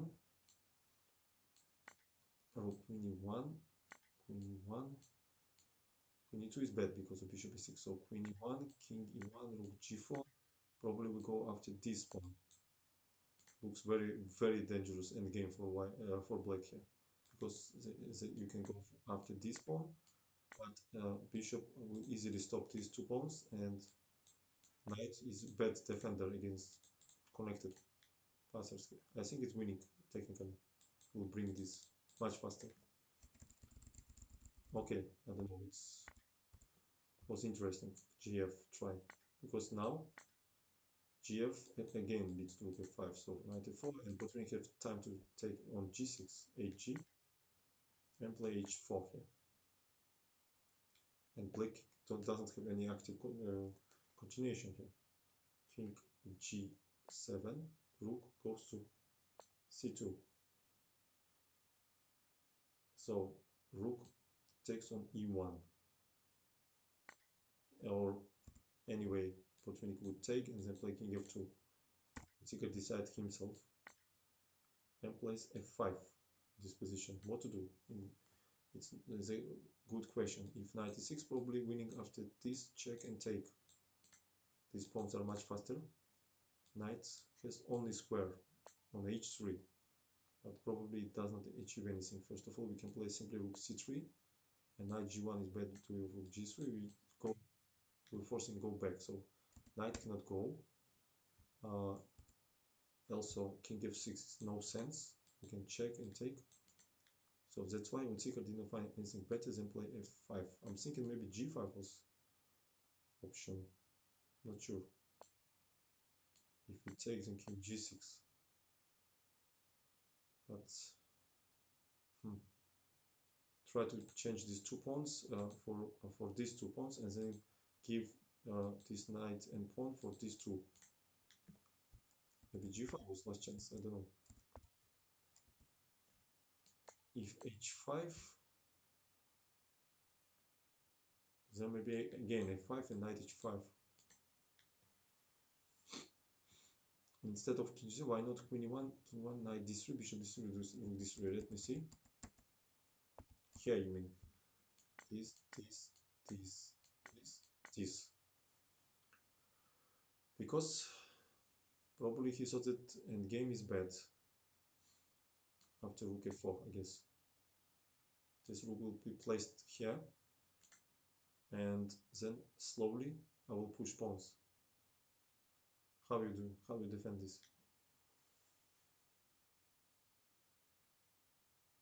Very unpleasant square here. If I will manage to create this position, probably it's a huge chances to win here. Then I will advance these pawns forward. But maybe it was the best chance actually. Rook and game is always tricky. Yeah, rook f4 is only move, I guess, yeah? Because rook h3 is, or rook d4 is a threat. So rook f4.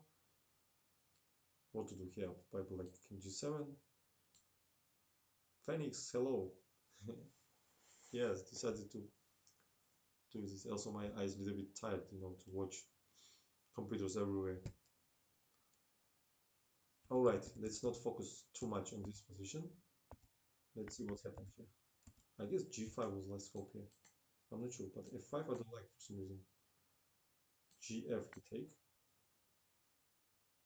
And this would lead to more complicated position. But he had a little time here. That's why he decided to exchange on f5. That was the point. Raid from whom? Thank you. Thank you to that person who raided. Welcome. Welcome everybody.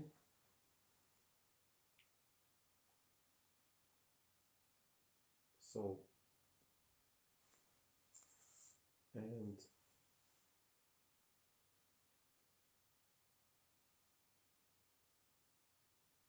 okay, now what he says here.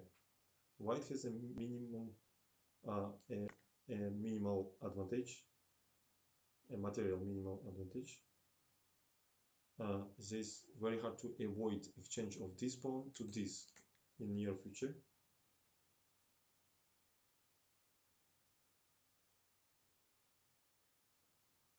And it will be very hard actually to exchange this pawn and knight for these two pawns.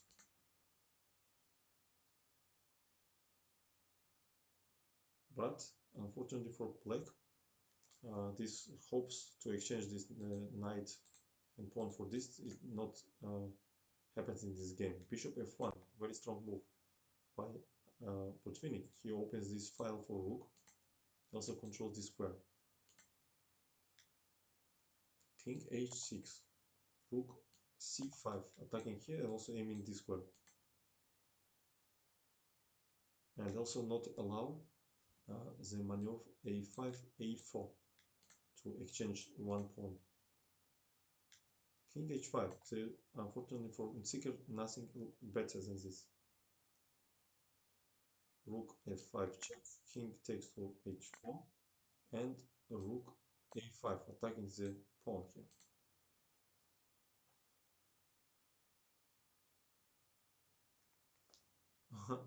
No, I'm okay. I don't feel any pressure to my hands. Thank you, man. Rook d7 was played. Protect this pawn.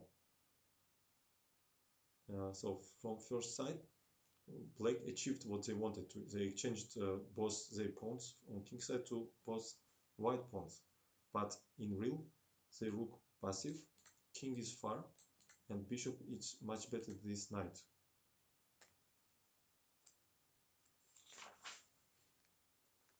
And same time, this king is not in safe in this corner. So king f2 he played, not allow king g3.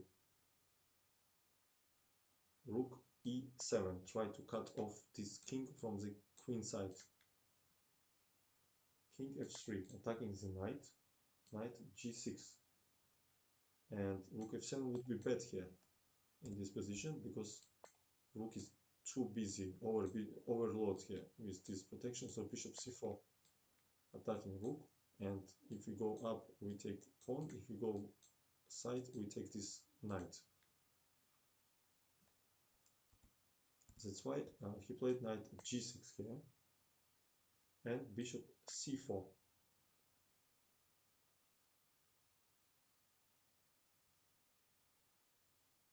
Yeah, now Unzicker understood that his position is close to critical here because rook cannot leave this e file, king will go there. If knight, what he played knight e5, king gets this square. And king cannot move because of check here. So he played knight e5, kind of zugzwang. King f4, of course not on e file because there's discard check and game is over, but with 0-1. So he played king f4. Knight g4 was played. This capture was hopeless for black because bc. Then we go forward, distract rook, and then we go to the support our pawn. And this king is hopelessly far. That's why he played knight g4 here. And rook a6 with a deadly threat, rook g6, using that this bishop controls f7 square. And king h5 Seeker played, using that this bishop cannot go here because of rook and control this square. But bishop d5 strong move, wants to go f3. Knight goes to e5 on the move, and after bishop e4, black resigned here because black has lots of moves on the board, but all are bad. For example, king h4, it will be mate. If knight moves here, here, it will be check and mate again. Rook cannot leave this file because of this. Of rook e8, we simply take. Yeah, and after knight g4, bishop f3, rook f7, we simply play king g3 and game is over. After rook g7, we give check and then take here. Yeah, this was how Botvinnik outplayed this game. But I guess Unziker could play much better.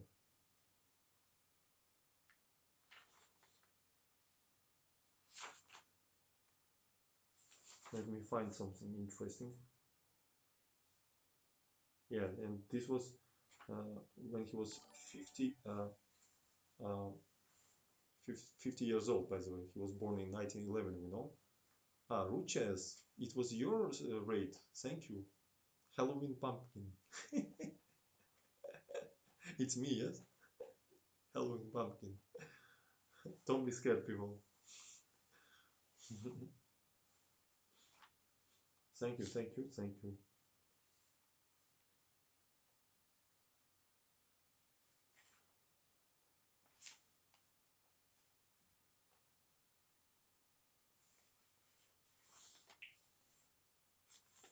Botvinnik. So many cool games. Which one to choose here?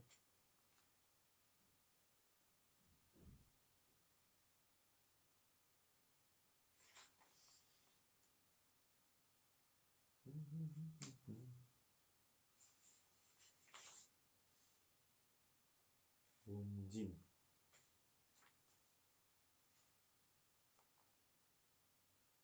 Okay, let's see the English variation. I think we never only one game of Alokhin when he won with black we see English system.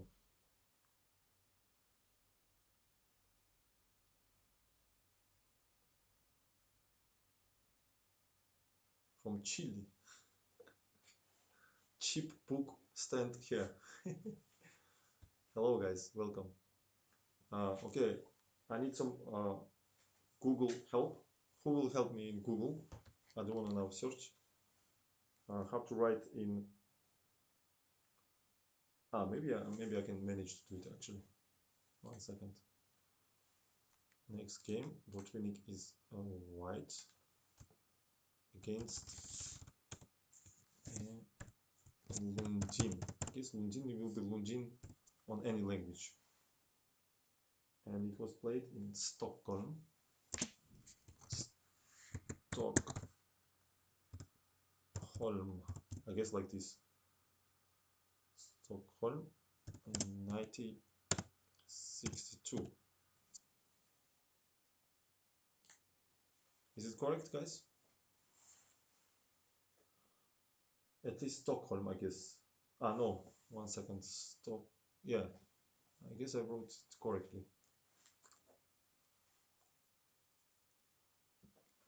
Не, не попадаю на Кубок мира по рейтингу, конечно. Yeah, Lundin, I wrote Lundin. What's wrong? What? Where is H? Ah, yes, yes. Sorry. I understand. This is unnecessary here.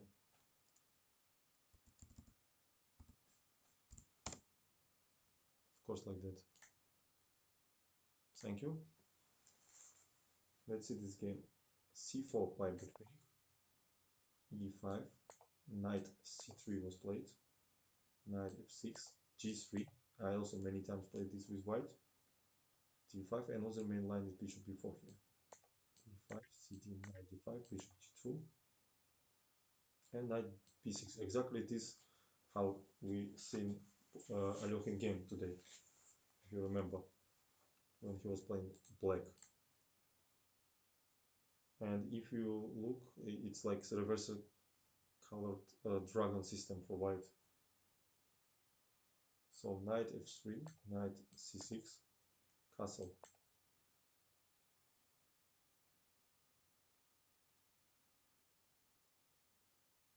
Yeah, In another game, he played instantly like d3, a3, try to play b4 here.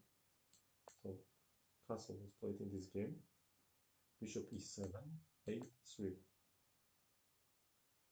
They economy time for d3 move and immediately want to play b4. Bishop e6 was played, and anyway d3 is forced because b4 was too early here because of knight d4, very unpleasant move.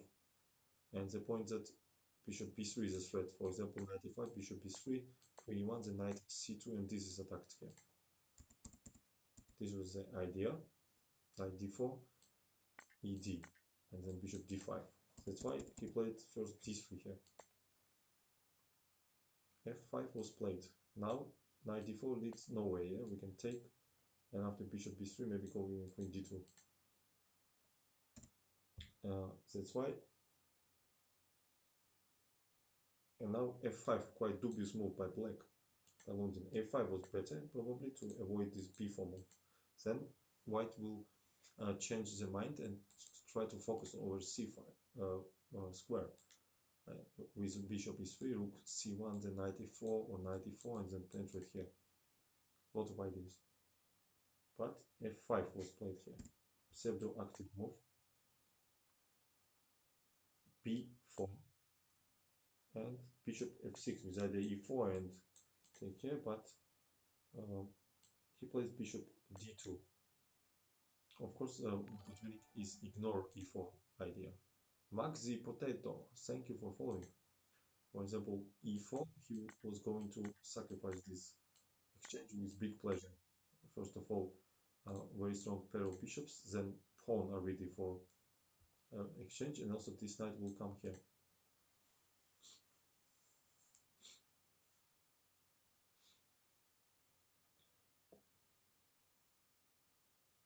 I remember GM Shuba, Romanian GM, was saying that Sicilian is winning for black.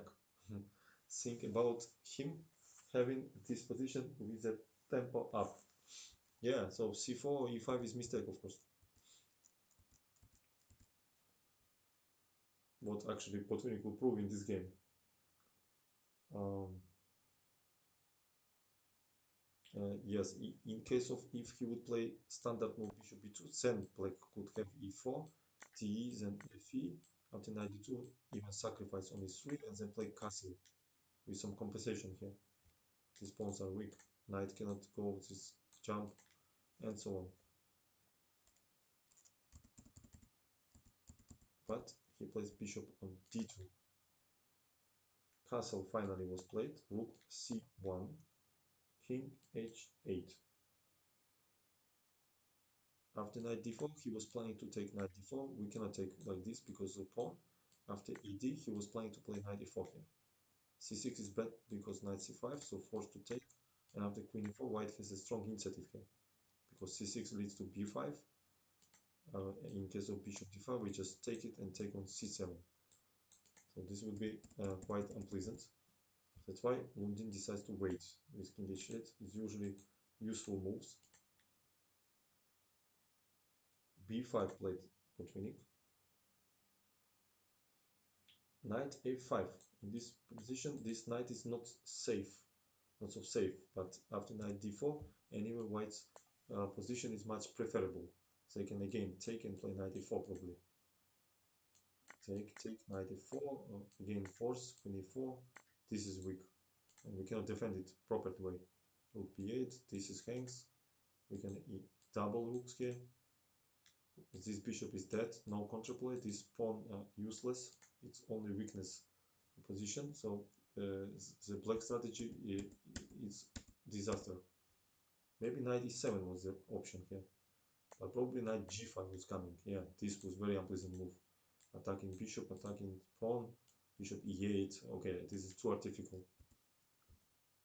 I don't know. Maybe knight e7 was better still, but knight e5 he played.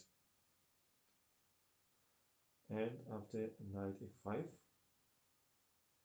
rook b1, strong move, control this square. And from first sight, it looks like black's position it's quite bad because knight is hanging in the air. Knight e4 is a threat. Take queen e4, and then we take on a5. But Lundin was quite creative player, according to Botvinnik, and he finds some complications. E4 move, and he used the motive that this pawn has to control this square. That's why knight e1 he played. Probably after d would be very unpleasant move, knight c4, or this, I don't know, this one. Beside the knight d2 and this hangs. That's why Botvinnik plays knight e1. This pawn is more important. Knight a c4. Yeah, ed was dangerous for him because ed, and then this bishop also very strong. With idea knight e2 here. How to defend this knight? We cannot play knight d5 because we take and then take here. Would be really problems. Maybe a6 here. I'm thinking about a6. How Botvinnik would continue in this position. This is a question. Maybe a4. I don't know. I don't see from first sight how to continue here.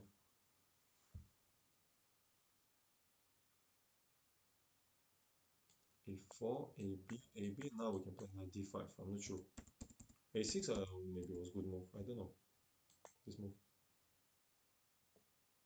because we want to open this file and protect the knight. What would be white's move here? Knight a2, then ab. Let's continue. Knight e2, ab or b5. Knight c6. Knight f4 maybe.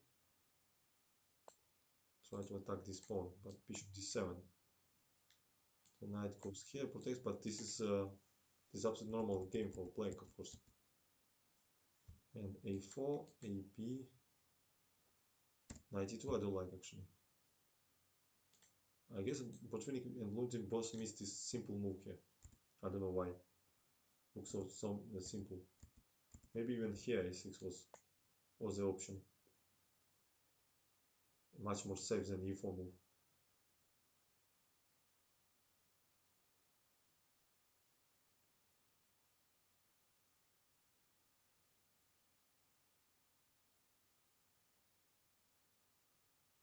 Yeah. King's Indian is quite unpleasant, maybe for black actually. Many variations goes wrong. A6 here was probably the best continuation according to me. I'm just curious if I start the engine, what he will say. I'm just curious. I'm just too tired to think myself now. Let's see what he says here. A6, of course, first line with with 000. Okay, after e4, what he will say? E4 was a mistake, yeah. Instead of knight e1, just take d, knight c4, and the rook c1 here, protect everything. So e4 was mistake, and I guess knight e1 was also mistake. And after ed, a6 again, I guess would be option in this position. Yeah, he completely goes for this line, knight e2, what we thought ab, rook b5, exactly to this line, knight f4, then bishop d7, I guess, and position is absolutely okay, I guess. Knight c2, why he does give, it's quite stupid computer, I guess, he's jumping from +1 to 0. For what a bloody hell here is an advantage for white, I don't understand. Maybe plus, what is plus here?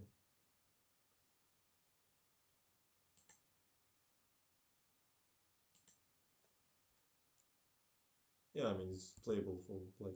Bishop f7, he says, much stronger.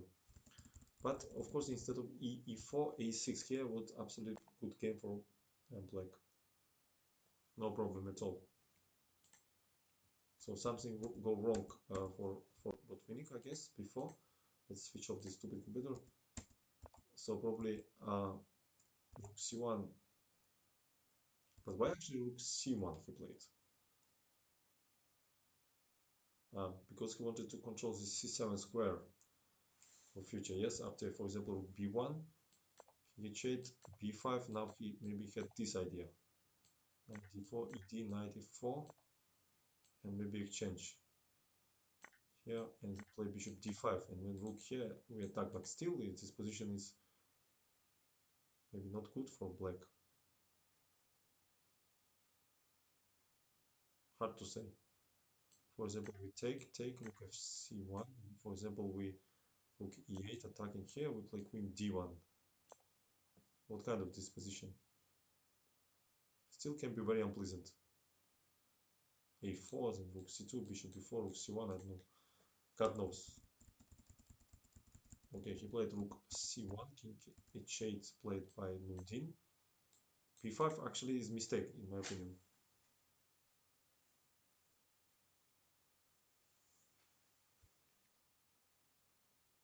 How was the game here? He played b5. Yeah, and after 95 rook b1 he played. I don't like this. I don't like a6 is a good move here. So I think in this position Botvinnik played badly with b5 move. What he could play here? Let me think.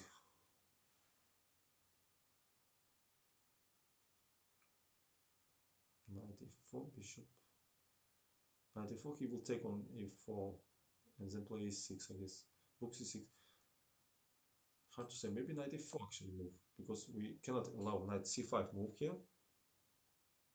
Ah, but then he takes and play e4. Yeah, this is quite unpleasant. Knight e4 also doesn't works. Knight e1 with either bishop 6 for example. Then he plays queen d7 I guess. Okay, let's check. Knight e1, queen d7 for example.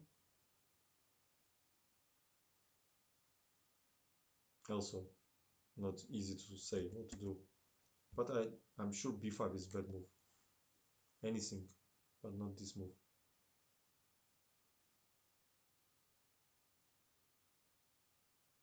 How to prepare this? I'm thinking about h4 move here actually, with either knight g5. If h6 then fix this like that. I don't know it's good or not because he can play bishop f7, maybe attack here. I'm not sure. Not sure. Thank you for following guys. So this was a critical position of this game, and I strongly believe that b5 was not a good move. What about bishop e3 with either knight d2 here?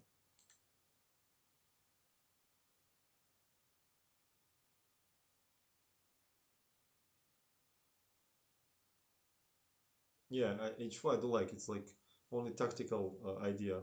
Knight g5, but h6 is killing. Maybe bishop e3 here and try to bring this knight somewhere. If f4, we go bishop c5, then knight e4. I guess bishop e3. I'm just curious what computer will say, just for fun.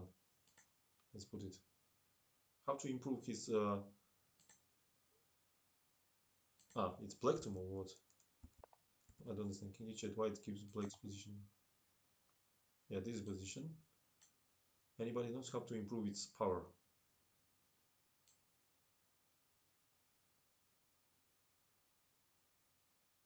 I don't see how to improve, but okay. Queen c2. h4, it says first line now. But what after h6? Then he likes this move. Will be one, but if a6, what changed? Nothing changed.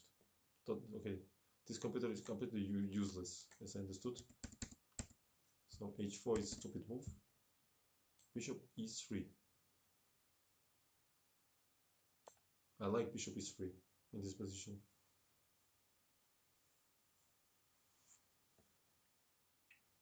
Maybe knight d4 would be move.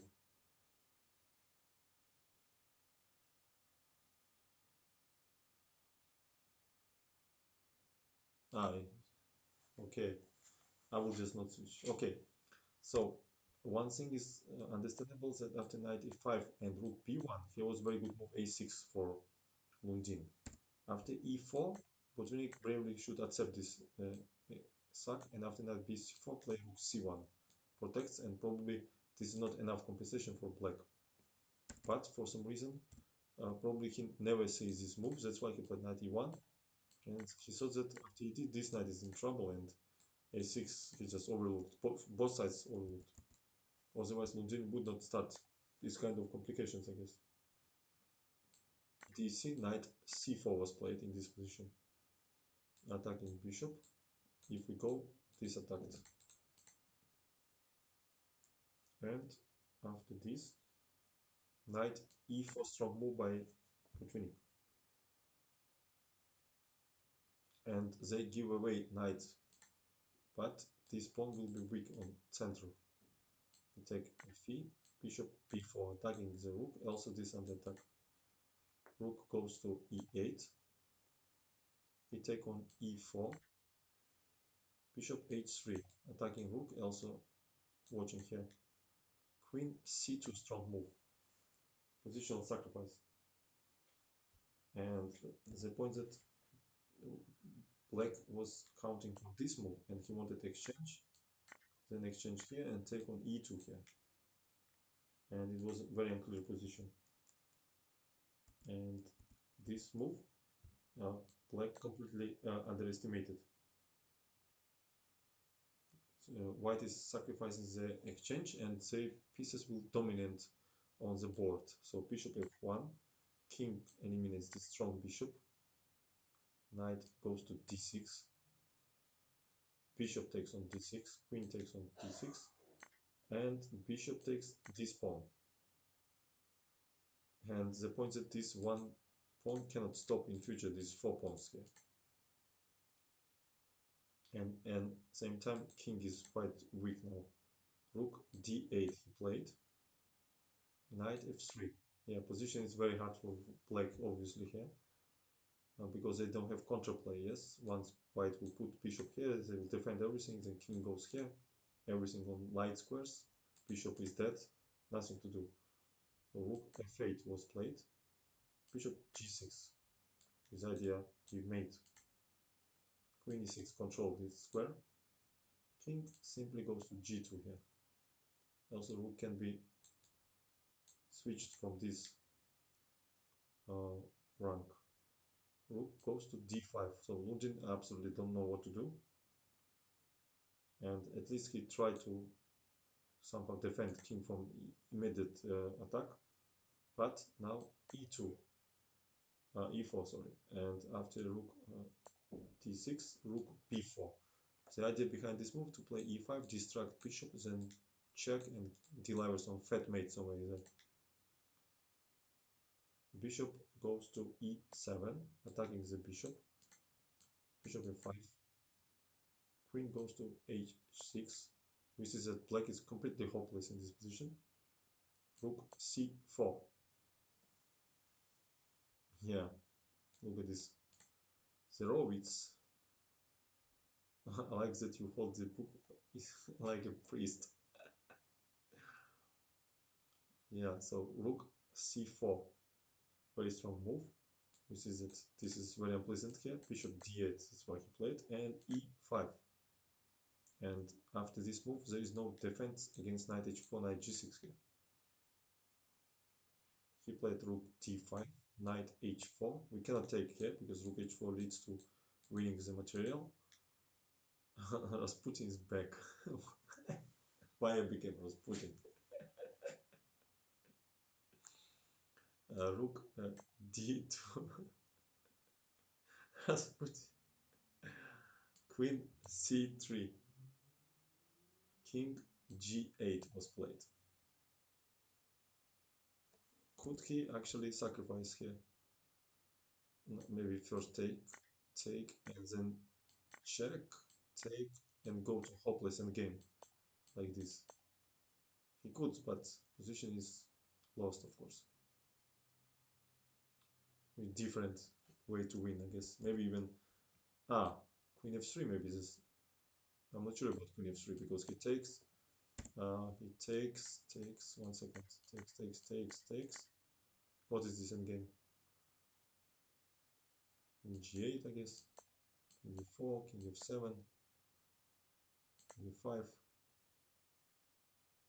This move maybe. Take.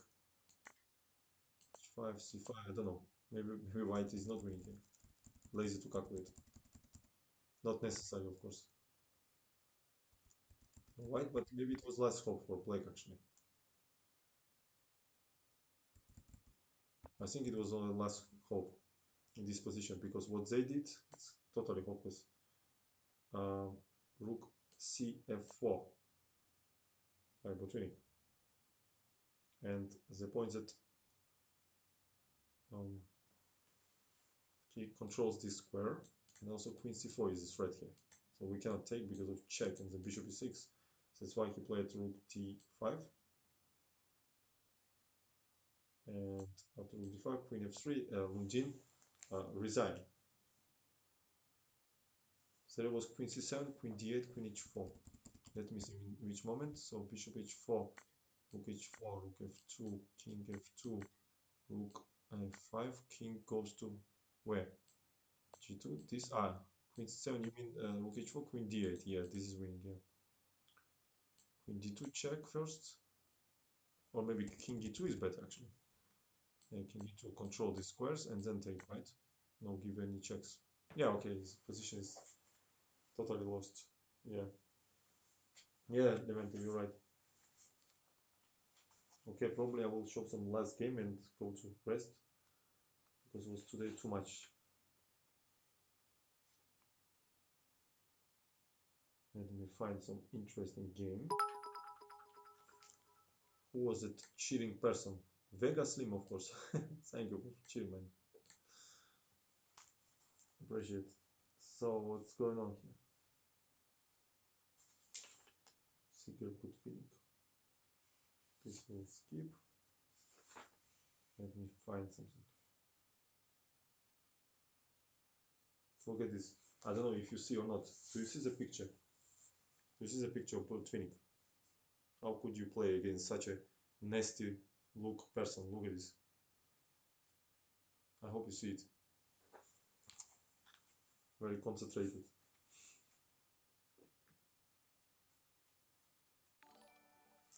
Thank you for following.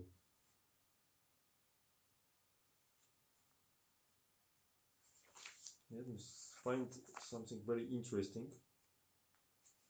Oof, Botvinnik Fischer is a super game, but this is too complicated now. Okay, I will skip it for today. It's like five or six pages of analysis. Probably will skip it. I'll probably skip it. Okay, let's see. Uh, let's see the match Petrosyan Botvinnik, and I will show you the very first. Uh, it's a real book. I will show you Botvinnik Portish is a good one. Yeah, you mean in English variation when he sacrificed rook on 6 and then another rook sacrifice, right? That game you mean? When white. Yeah, that was very cool game. Yeah, I did not show it, but the worldwide famous game. Okay, let's see how Petrosyan lost very first game of say match, but then he wins the match. Anyway, it was played in 63. I guess it was in Moscow. Yes, Stockholm will be changed to Moscow, and here we'll put match and first, and here we put Tigran Petrosyan. I guess it's by Epsilon or maybe it's like this. I'm not sure how. Maybe I guess it's like this. Sun versus M.Botvinnik. So instead of R, we'll probably make like this. Everything is correct, guys? What do you think?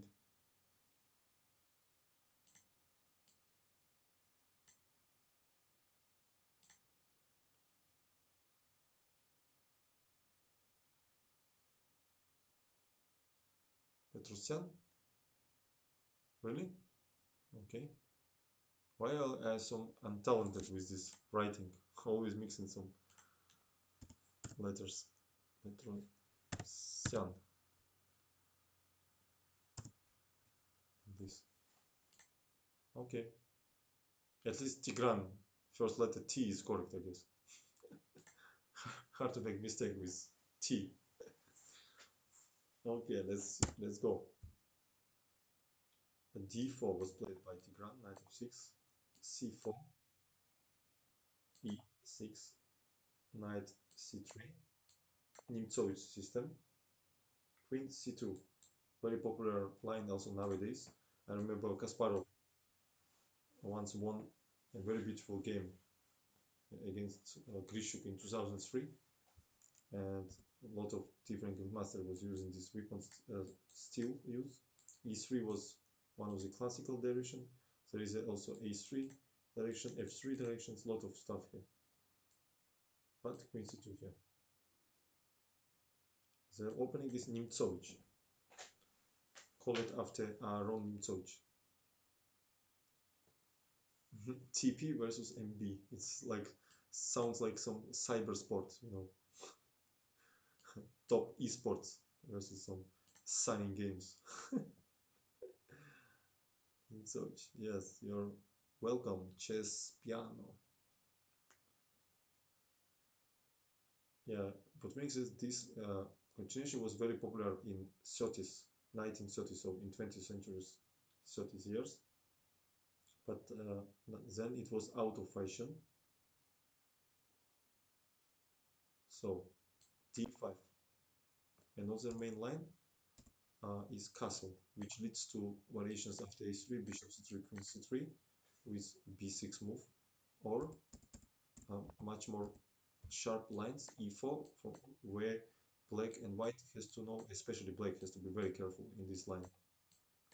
It's I think analyzed till the draw, but Botvinnik plays d5, not allow e4. CD, ED. So if we look precise, this reminds us a Ragozin, which could be erased, for example, after d5, and let's say you play knight f3 and bishop b4. This is a classical position of Ragozin, and then CD, ED, queen c2. It's quite dubious move. Everybody plays bishop g5 here, and then e3, or check, like I like to play. So this is like mix of uh, this position mix of Nimzowitsch and Ragozin. CD, ED,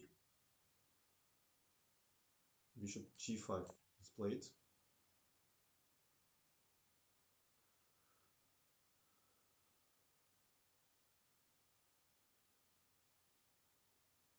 Bishop g5, h6.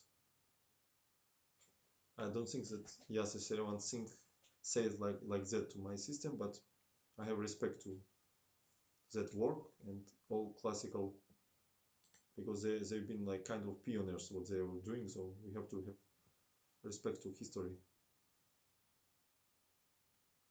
Bishop f6.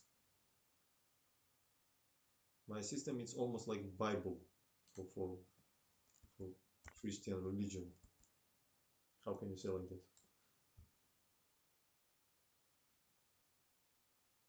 Yeah, so white, understandable. Petrosyan was playing first game for world title, and he was quite nervous and was avoiding some complications after bishop h4.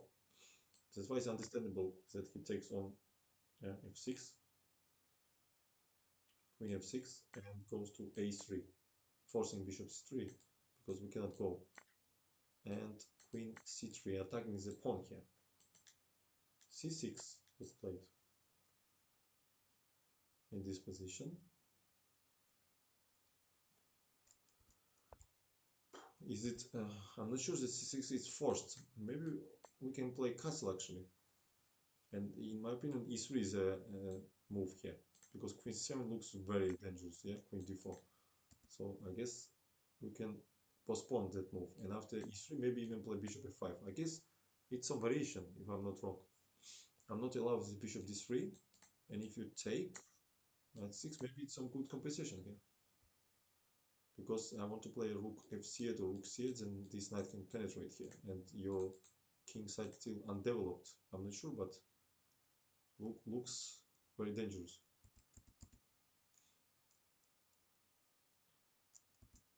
Botvinnik or Tal, I like both, so there is no choice. But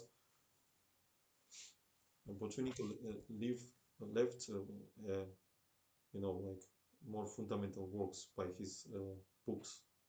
So, like a writer of books, I prefer Botvinnik. But of course, Tal also is legendary world champion. But unfortunately, he had a bad health. He he had problems with his kidney, and because of that, his results decreased very much.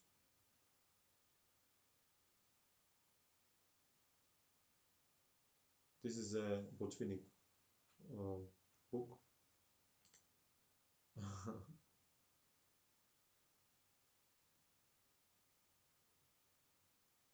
Okay, so c6 played by Botvinnik, e3, and castle, knight e2. And Petrosyan decides that the best square for this knight will be on f4. Then he wants to play knight f4, bishop e2, and castle on the short side.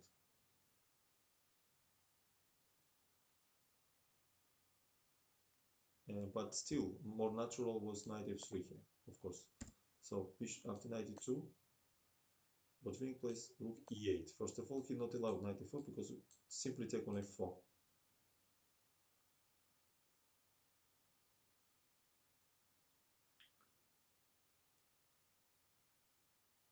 So knight g3. He simply refuted the Petrosian idea, knight e4 with simple move. But I guess he's a little bit naive with his annotations that Petrosian, of course, he wanted to go here or here. And g6 now, very strong move here. And the point that he wants to create this very unpleasant threat, for example, bishop e2, h5, castle, then h4, knight h4, and h3. This was his plan. And after g3, with knight f3, knight f2, probably queen e7 will be here. And white is not in time. This hangs, for example, rook e1, we play queen e4, f3, and we take this pawn. That's why Petrosyan, after g6, what he did here. And he played f3. Yeah, quite dubious move.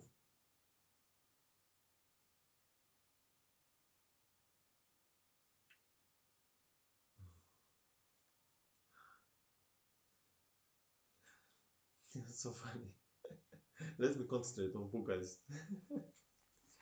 I will not read chat. The priest leading the daughters in the final battle.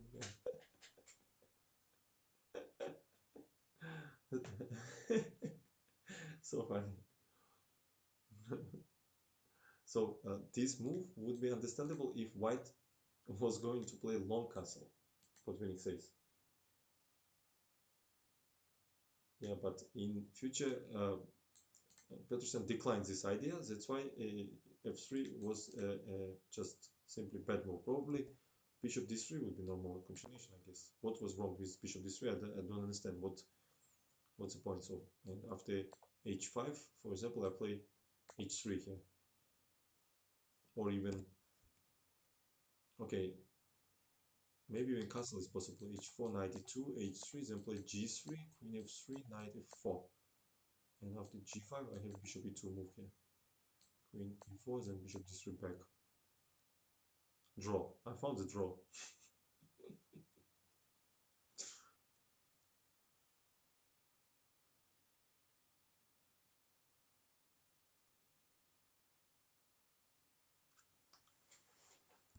I don't know.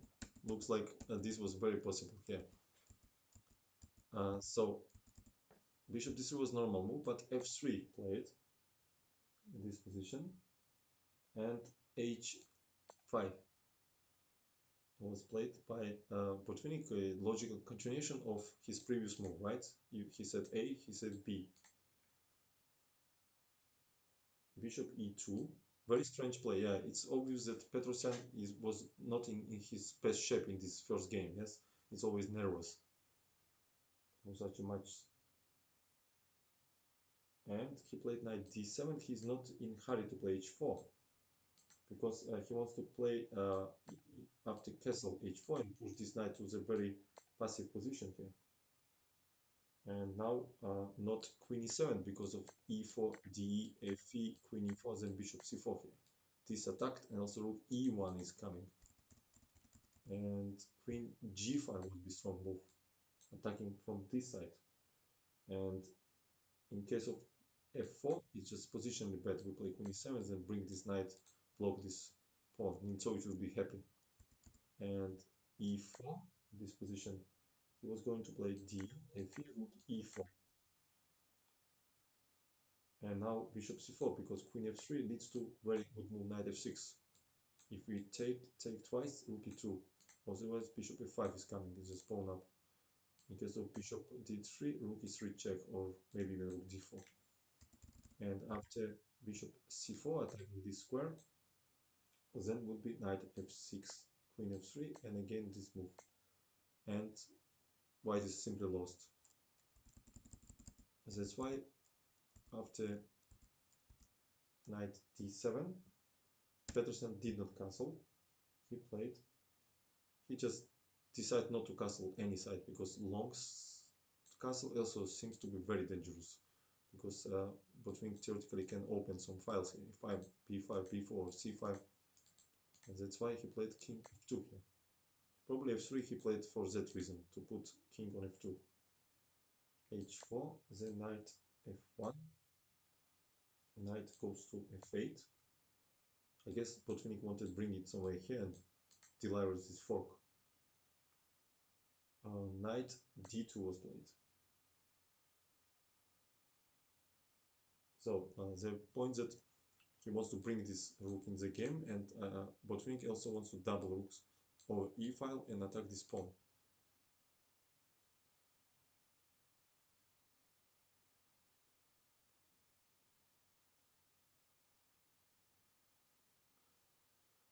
Um, what the hell? What the hell is chat is going on there?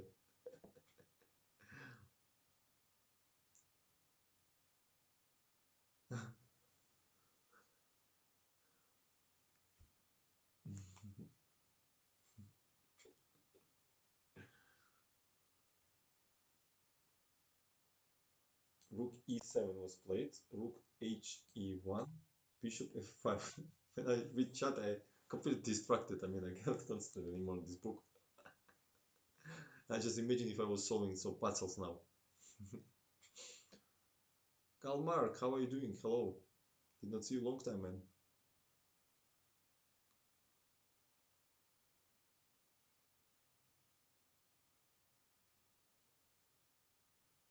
Yeah, black has much better position, really. The pieces really are active after rook e8. They put pressure on e files, and this knight also will join to the attack here.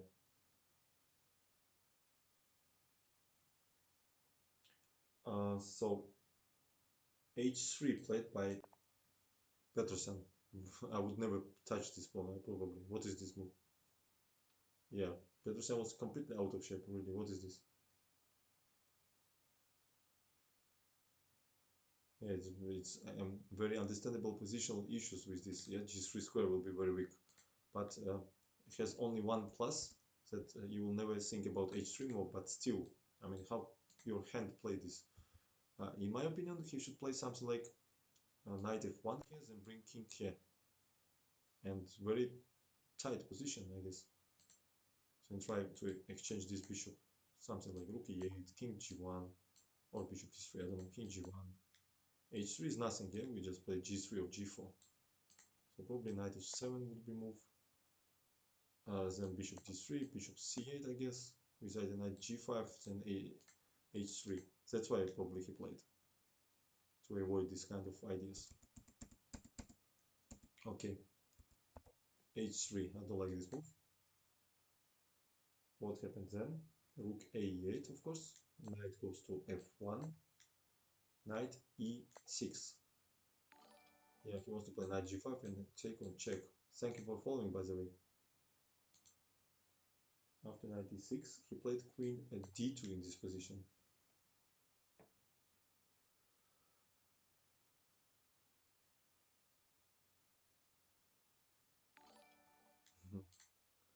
Second world. Thank you for following. Second world champ. So probably you like Lasker? Yes. And also rooks are much more active. And also all black pieces are coordinated very well. Yeah, Lasker was one of the underestimated world champion, one of the greatest world champion.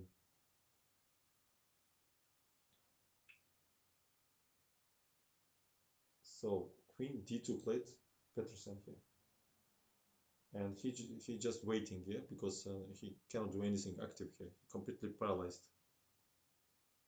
For example, like a what would happen if he would play bishop d3, try to get rid from this bishop, then c5 would be very unpleasant surprise here. dc doesn't work, so we take the queen and take the bishop here.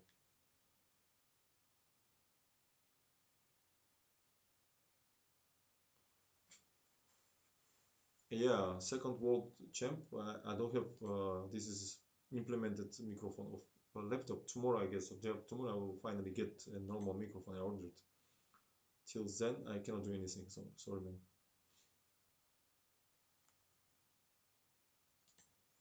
So after c5 would be very bad position because we see that dc loses.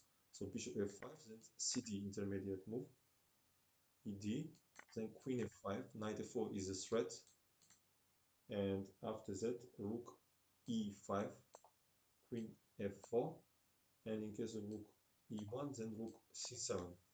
And white is in serious troubles because queen has to go here, then we get rid from this. Ah, no, 1 second. We can maybe get rid from this.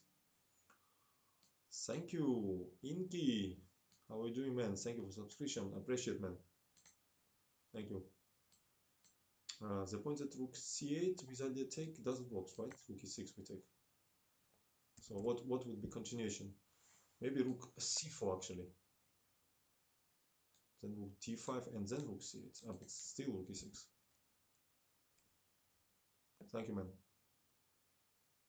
Botvinnik for some reason stopped his analyze after rook c7, but what after queen d3? Let me understand. What was point? What was point? Maybe actually we can allow that because this check is very very unpleasant. If you take and check, maybe king h8, cold move. Queen h5, king g7 is simply bad. If you take rook e6, queen d4 check, knight e3 for example, um, then check, check, and queen f5. Yeah, this is just lost.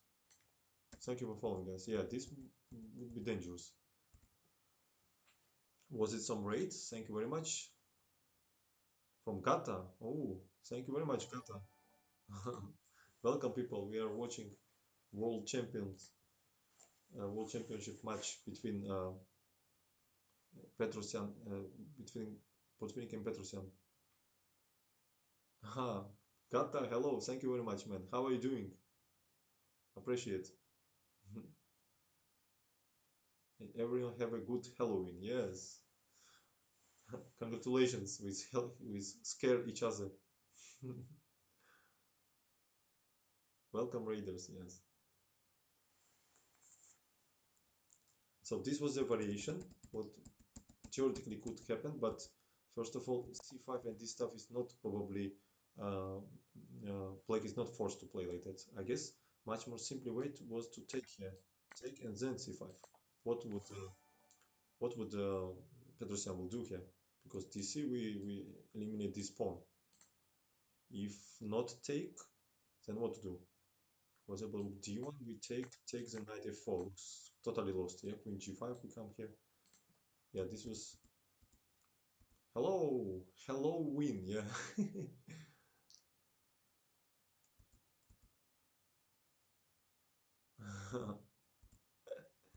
All right, so 96.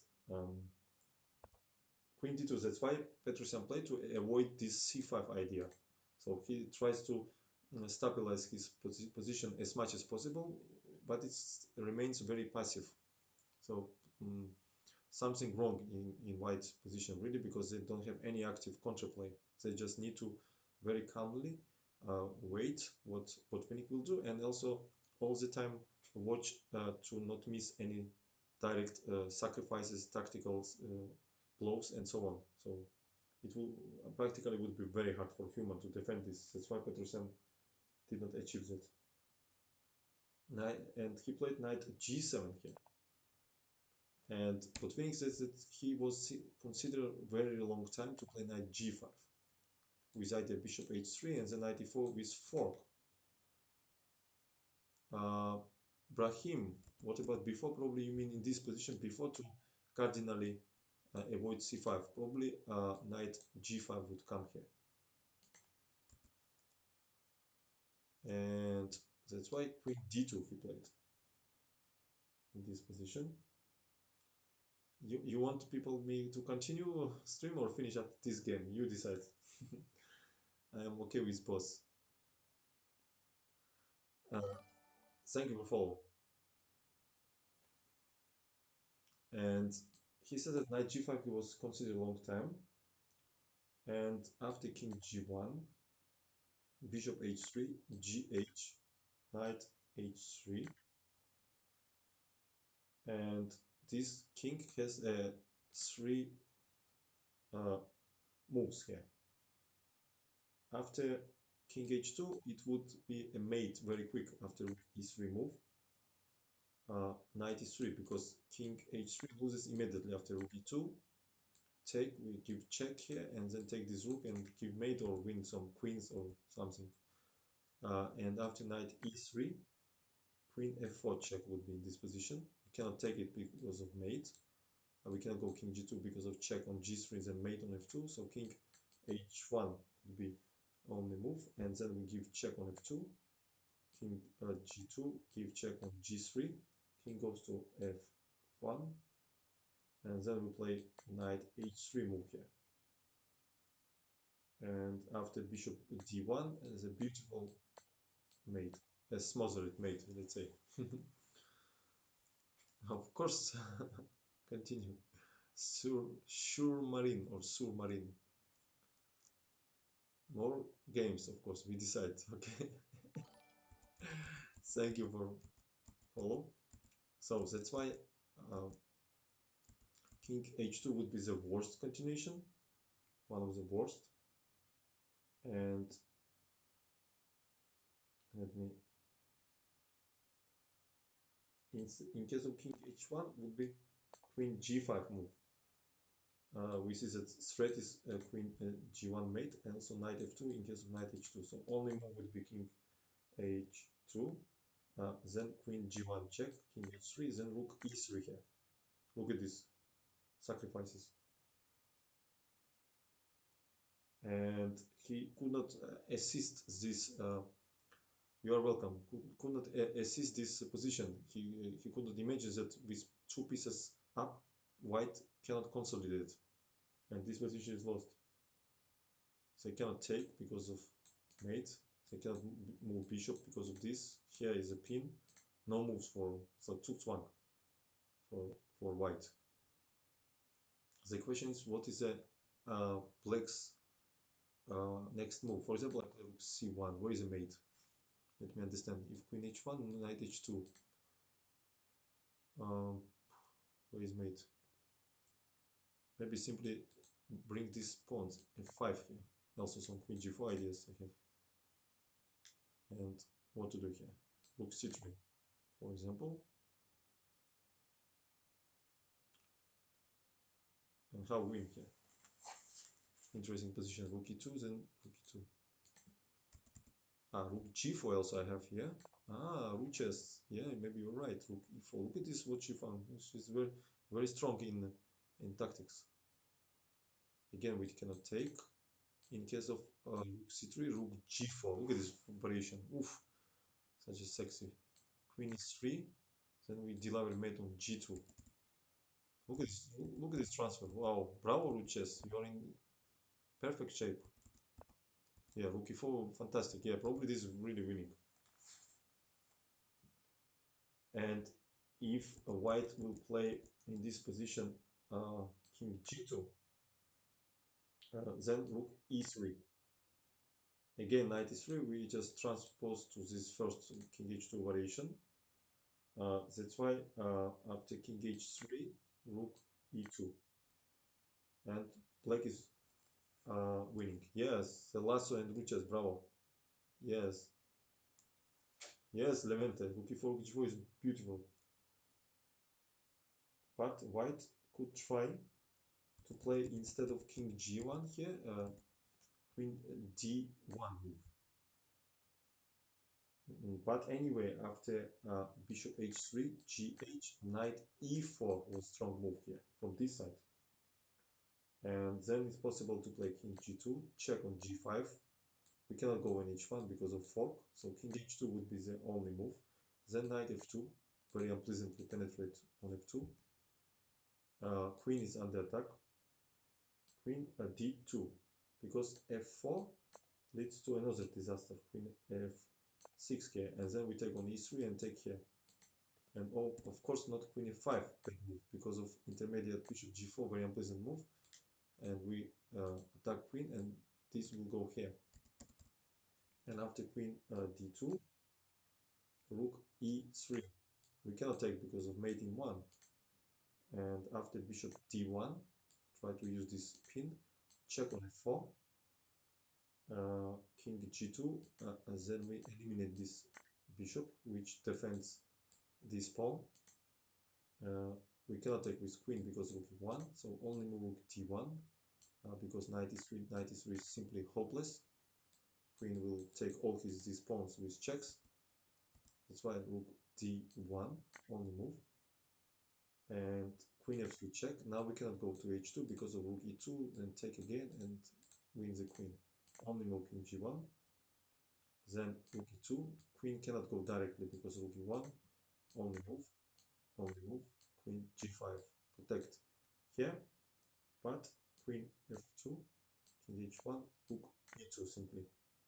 And uh, white simply can resign here. This variation was uh, shoved by Yuri Averbach, another great grandmaster, Soviet Union grandmaster, who wrote fantastic, who made fantastic work on endgames. He has a brilliant, brilliant works. Yeah, sadistic. Nothing to do here. King g7, the rook b3, queen f3, everything hangs here. And this would be the logical finish of the game. Yes, knight g5. How he didn't play knight g5? I mean, by intuition. Tal probably would spend 0.1 second for this. Yeah, this f3 and h3, this move was emphasizing with following variations, minuses of these two moves together. And after what he played, knight g7, he has only positional advantage. Probably he wanted to bring this bishop back somewhere and then put knight here, in my opinion. Let's see.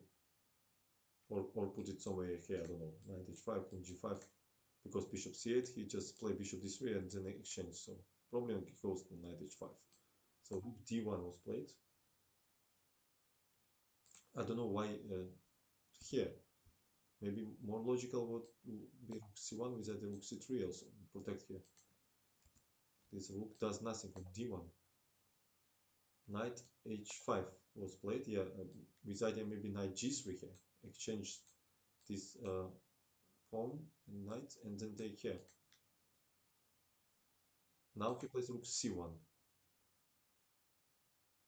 Yeah, so Peterson simply waits. Queen d6. Definitely idea to play knight g3 here. Thank you for following.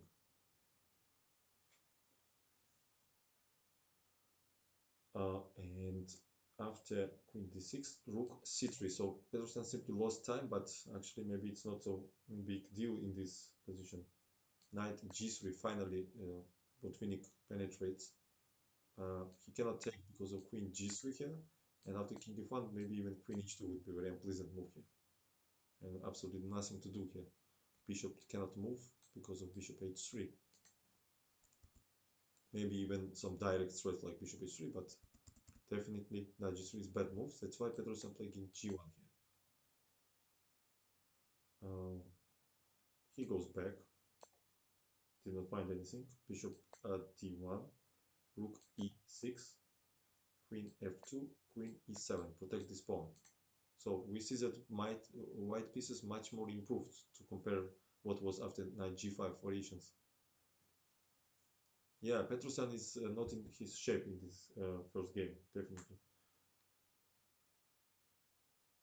Yeah, so uh, he maximum improved his pieces, and now he wants to assault with pawns on the king side. So probably like g5, bishop goes f5, g4, f4. This is his plan. Let's see what happens. Bishop b3 with some psychological idea of e4 here. g5, bishop goes back. Obviously, e4 is not a threat, right? We don't take because of this, but we can go knight e4 here. With the bishop h3, such a strong square here. We cannot take because of pin. So that's why Petrosyan simply decides to wait. Bishop g6. And now all suddenly Petrosyan, who was waiting all his whole game very passively, for some reason he decides to complicate matters and he plays g4, first active move in this game. I'm not sure, maybe this was the first piece of white after d4 pawn which crossed. No, there was bishop g5 in the opening, yeah.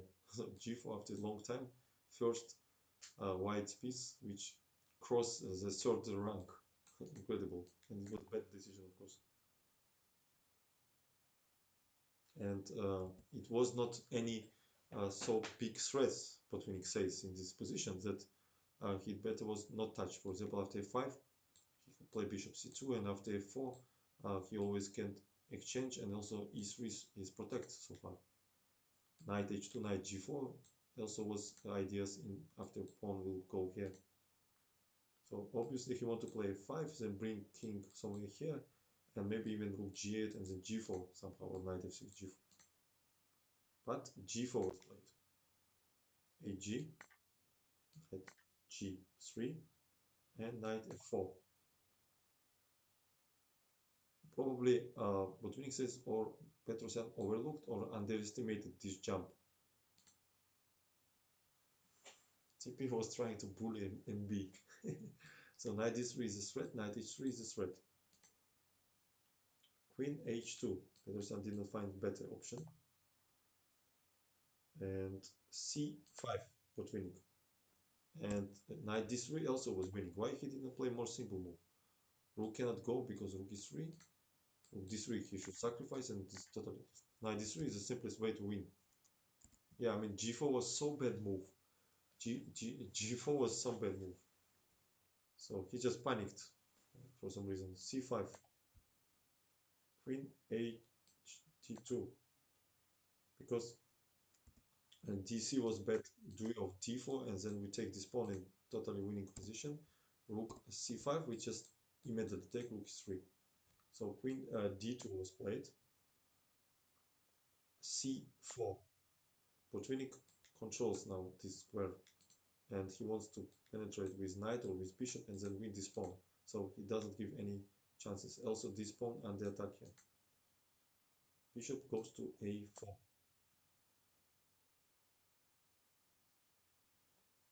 Ruchas, in which moment you was thinking bishop c2? Ah, you mean here probably, yes, bishop c2.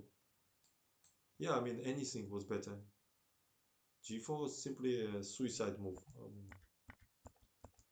Just I don't really. You just overlook knight f4 move, but even if you don't overlook, this looks very ugly. No matter. Just even if you play knight f6, still it looks very bad. Strange. Ah, instead of bishop e3, I understand. You mean this position? In this position. Yeah, bishop c2 here, you mean. Yeah, probably Botvinnik would exchange, let's say rook c2 or queen c2, then f5. Definitely he would play like this to fix this e4 square. Then somehow improve king's position, and then in future somehow play like that. What else? But for some reason, Petrosyan just lost his patience, and he played bishop a4, or what he played here? Yeah, and this is also a bad move because it's also forcing b5, which is good for black. Uh, Bishop b5, rook b8, bishop a4, knight d3, game will be over very quick.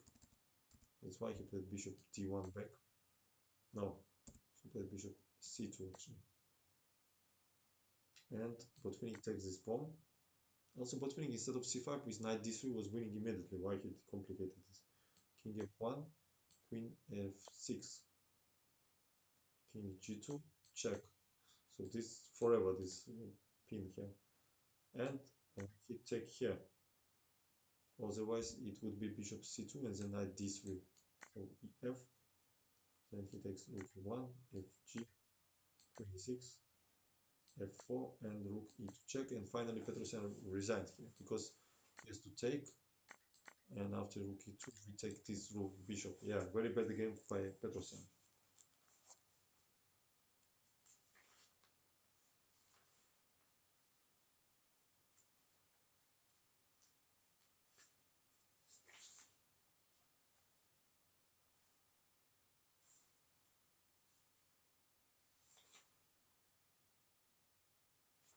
Okay, draws are probably skip.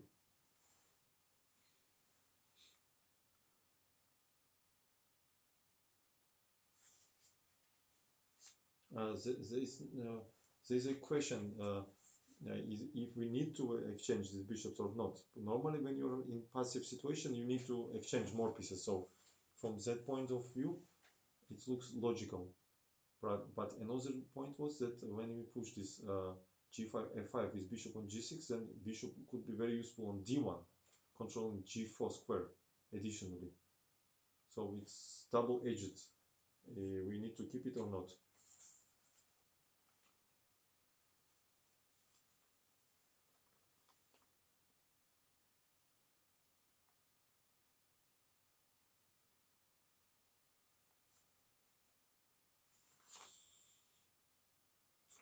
I will skip draws, of course. We don't need draws, even if they are cool. Draw, draw, draw. Only draws they play. If you need draw, you can watch, uh, rewatch Carlsen Caruana match. 12 draws. If you fed up with winning.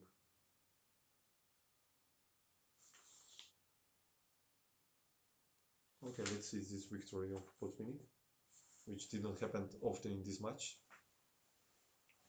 Tough position for white, yeah. I don't like f3, h3. I mean, it was very bad. So, same match. Botvinnik is white. Which number it is? Let me see. Number 14. Let me put this. Botvinnik against T. And here we have to put what I said, 14 games, right? 14th.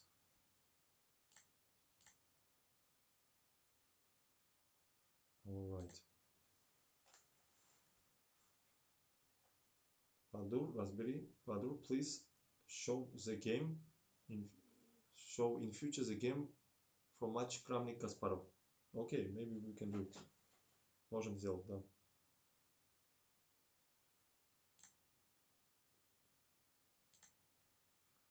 So what happened in this game?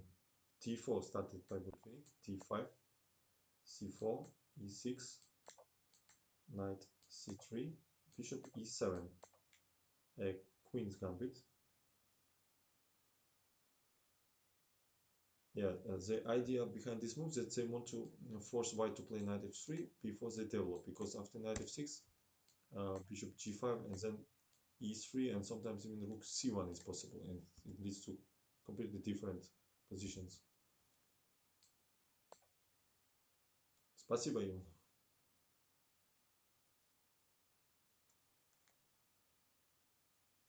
So, but he played cd, ed, bishop f4, c6, e3, and bishop a5 by Petrosyan here. This is necessary, he said, because knight f6 leads to bishop d3, which is diagonal very important. And bishop even placed better than on g5 on f4. So that's why Petrosyan controls this square. Sambat Luputyan, the Soviet Union Armenian grandmaster, he liked to play bishop d6 here in this position. I think I even played once a game like this against him.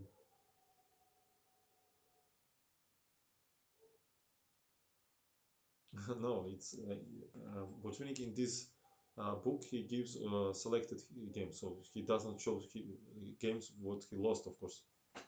So some games he lost, some games draw.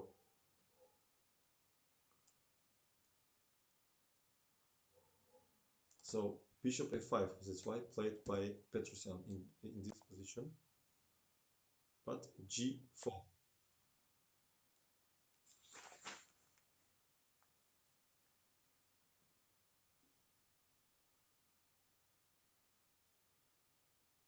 And this idea he already played in 1952, so like 11 years before against Bronstein.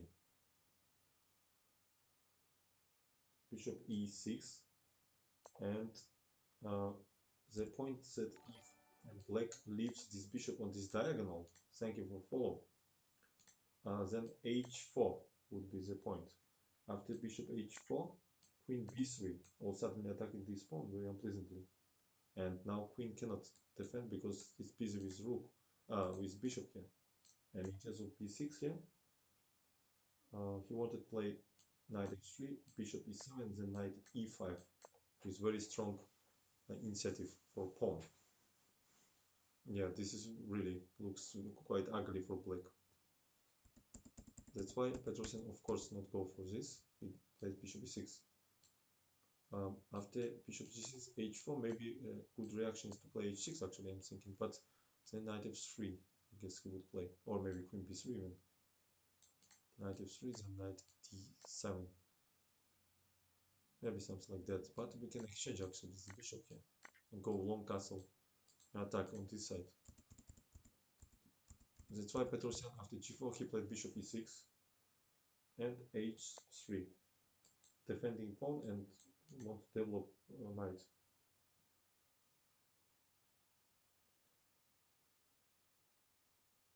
And he said that most in another game he played bishop d3, but most energetic move was h4 here.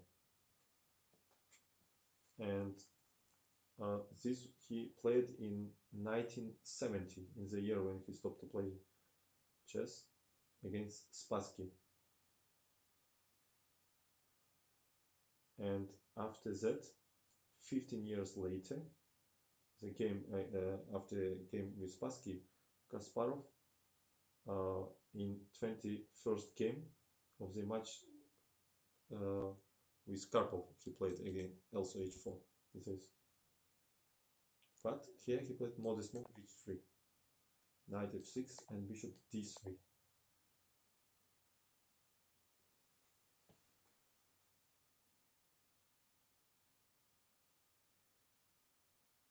Yeah, in 18th game of the match he played knight f3, and then c5 contra strike was not so useful here.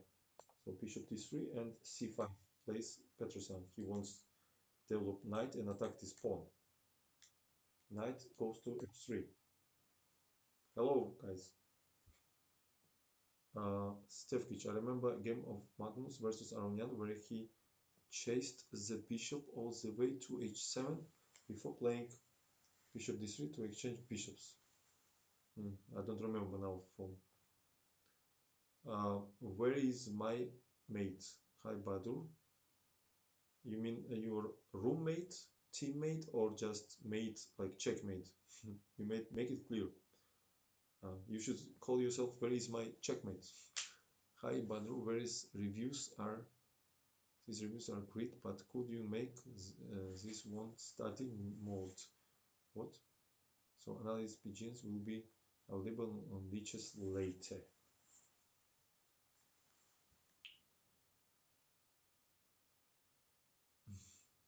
So my looks like g4 was attractive move to boss.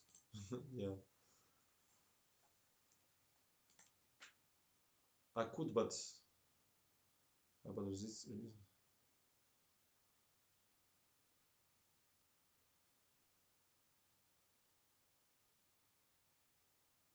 I concur.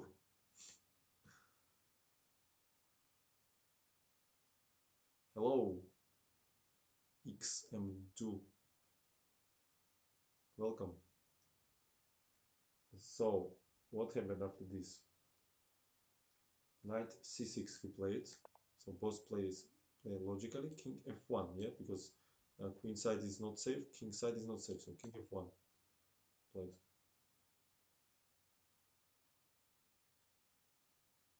Yeah, this rook has to be here for any case. After h5, you need to protect this pawn.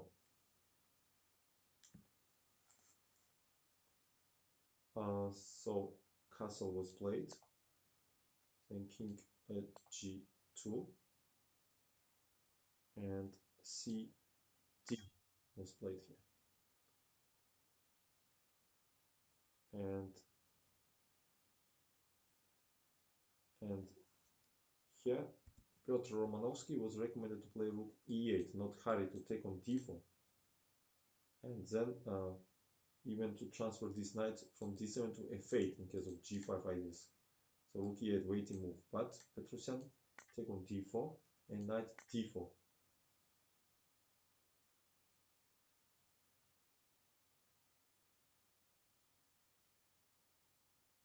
Yeah, now he wanted to exchange these knights, then he will dominate over e file and always have in future play move f3, not allow knight e4. And black pieces would be very passive. So Petrosian took on d4.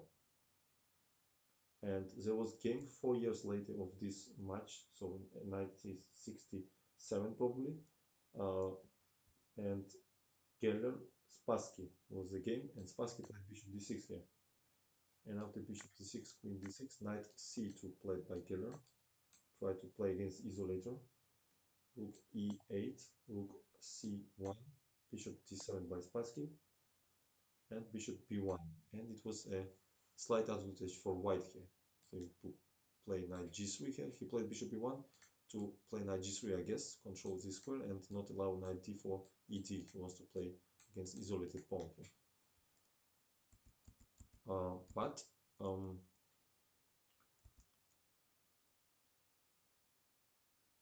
what happened here? After knight d4, Petrosian take knight d4 ed. This was the position. And knight d7 here. So now he could try to sacrifice pawn to have some initiative, but Botvinnik says that maybe it was not enough. After gf, bishop f5, and simply queen d3 here. So pawn up, then we place bishop here, develop rooks on this, and it's not so easy to find a real compensation here. But was possible, of course. Instead, Petrosian play passive move, queen c2, attacking the pawn and also connect the rooks here. Knight f6 or suddenly he provoked black because he didn't want to weakening his king side here, or play g6 because after f3 he was maybe uh, afraid some kind of attack here. He had very high spirit, not spirit, I mean high feeling of danger.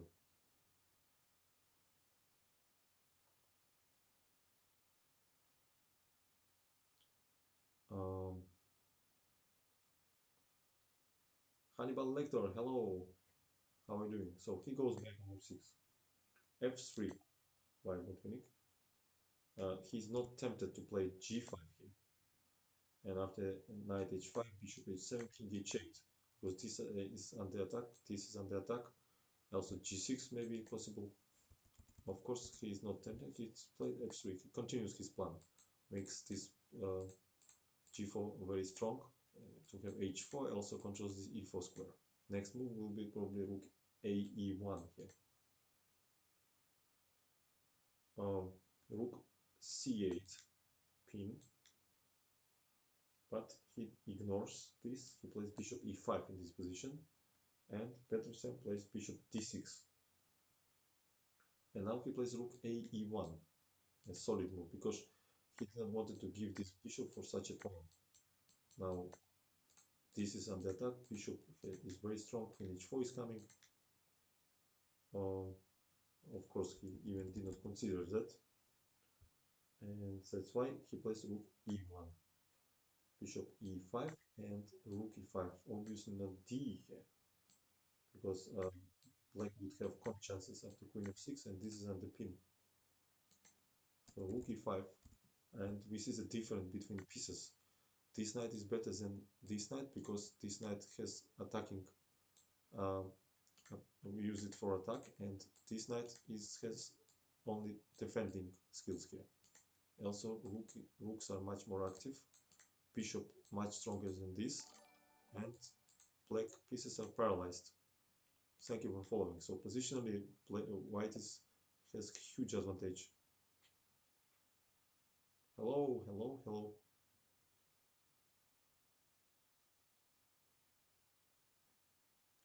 So after rook e5, g6, finally Petrosyan decided to weaken his position because he cannot do anything. If he not push away somehow this rook from this position, it's quite annoying here. So h6 also bad because h4 g5 probably. He decided to play g6 here, neutralize this.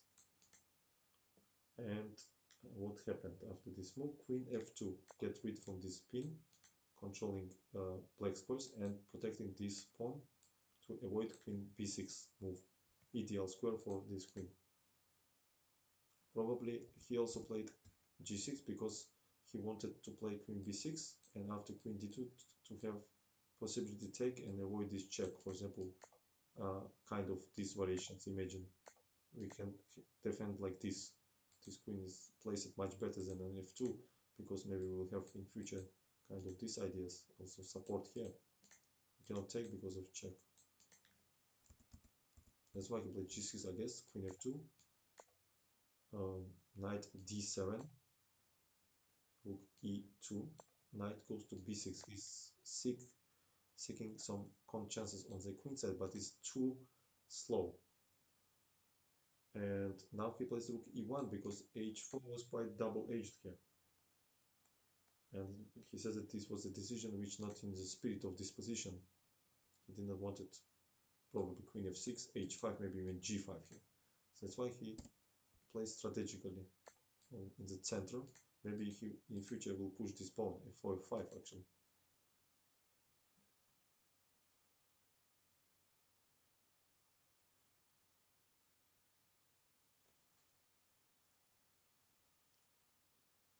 Knight c4 was played, and now he eliminates this knight because we cannot. I mean, this knight is so active that we have to exchange it. Also, knight b2 is a direct threat here, so he exchanged. Petrosyan take with rook, which has -2 because this bishop will be much weaker than the knight. But dc would be bad move to of d5 here. We cannot take because of rook d2 or rook d1, and after bishop d7, queen d4 or knight e4, position will be very bad.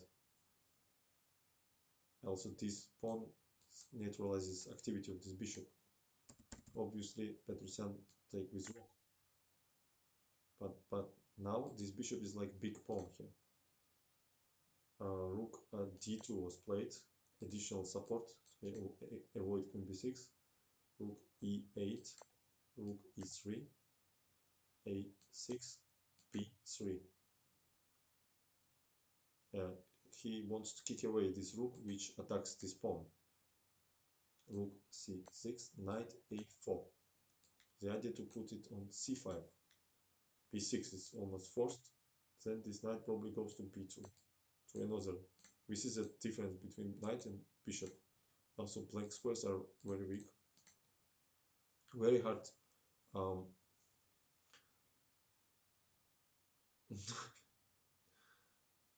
body,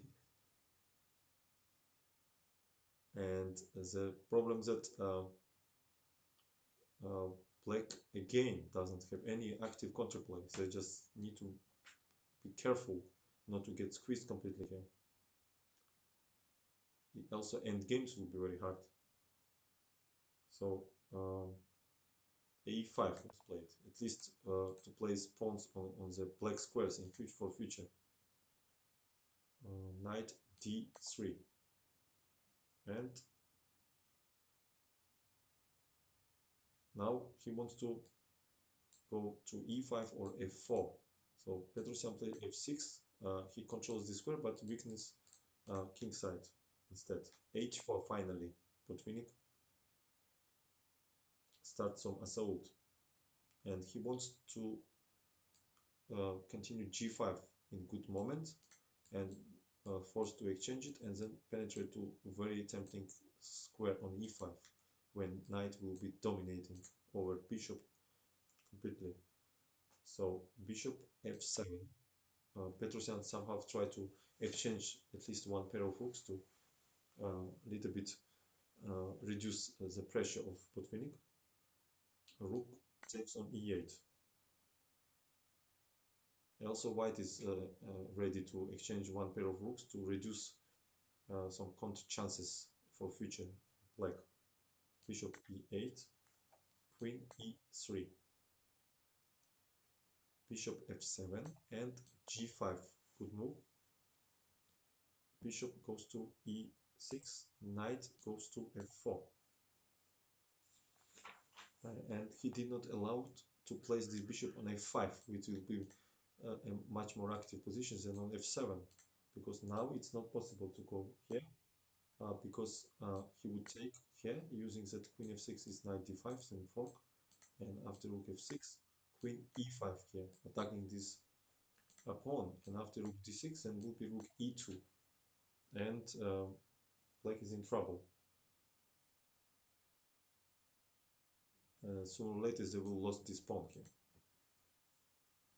and that's why after knight f4 he played bishop e f7, and after knight d3 he said that he just wanted to uh, uh, repeat to get closer to the control here. It was number 35th move, but Petrosyan not change his mind. He wants to place it here, and how Botvinnik gets strong knight f4 every game, no matter color. Yeah. So gf this time Botvinnik played queen f6, because bishop f5 would be mistake. After check, we cannot take because of fork, otherwise this pawn survives. That's why queen f6 is necessary. Queen g5 he played in this position, and Petrosyan exchanged. And he says that Petrosyan underestimated the danger of this endgame. Also was very bad to take queen d4 because of knight e5. This is protected, rook is gone. But much more precise was to play king g7, because after queen g5 what he played, pawn structure would be better than in these weak pawns. And after knight f4, beside the knight h5 and king f7. And still, after king g3, it would be very hard position for black because it's not so easy to find useful moves. Yeah, rook e2 is coming, knight d3, knight e5, and different options here. So probably Petrosyan thought in these positions that sooner or later he will be forced to take on g5, so he decided make it clear immediately. And a4, this was his hope.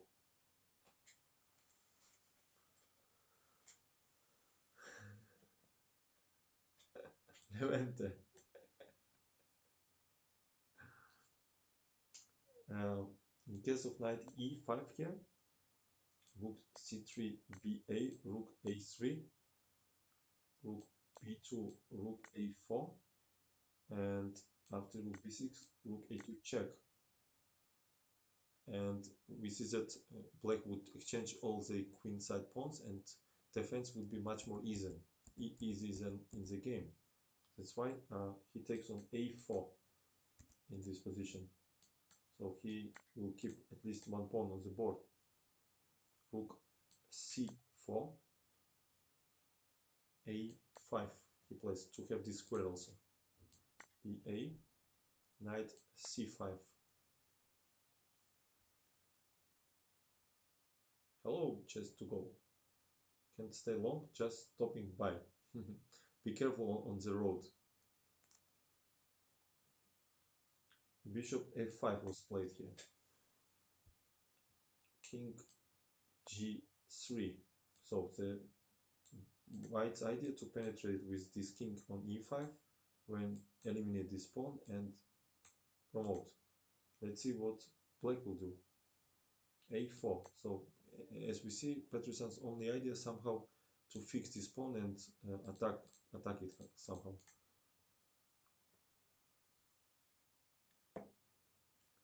And king f4 was played, a3, king goes to e5. And the plan begin with g5 has a triumph now. With king e5, white is dominating here. Rook b4 without a rook b2. For example, rook c2 was not working here because we uh, take, and then very important move because we cannot take to your bishop b1, but knight a6, very strong move, and after bishop b3, simply knight b4 here, and after bishop c4, then knight c2. First we exchange these pawns, and then we go after this one and win because we place knight here and then push it. That's why Petrosyan decided to play rook b4 here. He wants to play rook b2, but now he played knight d3 because he don't wanna allow this move. And with such an active king, he's ready to go to rook endgame, of course. Yeah, this is attacked. This attacked. I mean, this is hopeless. That's why Petrosyan played rook b5, protecting. King goes to d6. He wants to go king c6 here. So white is like playing like with extra piece in that game. King is so strong. King f7, king c6, bishop d3, because after rook a5 immediately was winning knight c5 here, and then eliminate this pawn. Uh, that's why he played what he played here. Yeah, he played bishop d3, and after that rook d3. Now this is also under attack. In case of rook a5, Botvinnik would probably play, in my opinion, rook e3 here, and kind of zugzwang. King is cut it, also rook e5 is a threat. But Petrosyan played rook b2, he gave immediately this pawn, rook g2, he wants somehow make control on here, but too late. Take, take, king c6. Now white has two dangerous passes here. h5, so if black managed to play h4, then rook h5 and push it, it will be okay, but unfortunately it's too late here. d5 was played. rook g2 because he needs to stop it from here. d6 was played, rook c2 check, king goes to d7. There is no way to hide because king b7 would be a huge mistake, not because of rook b2, but because of king e6, rook d3, then king d7. And this looks like draw already. That's why king d7 played h4. And this was a mistake in home analyze. Game was adjourned before. Persian, please come back. I found move rook b3. Which moment? Let me come back.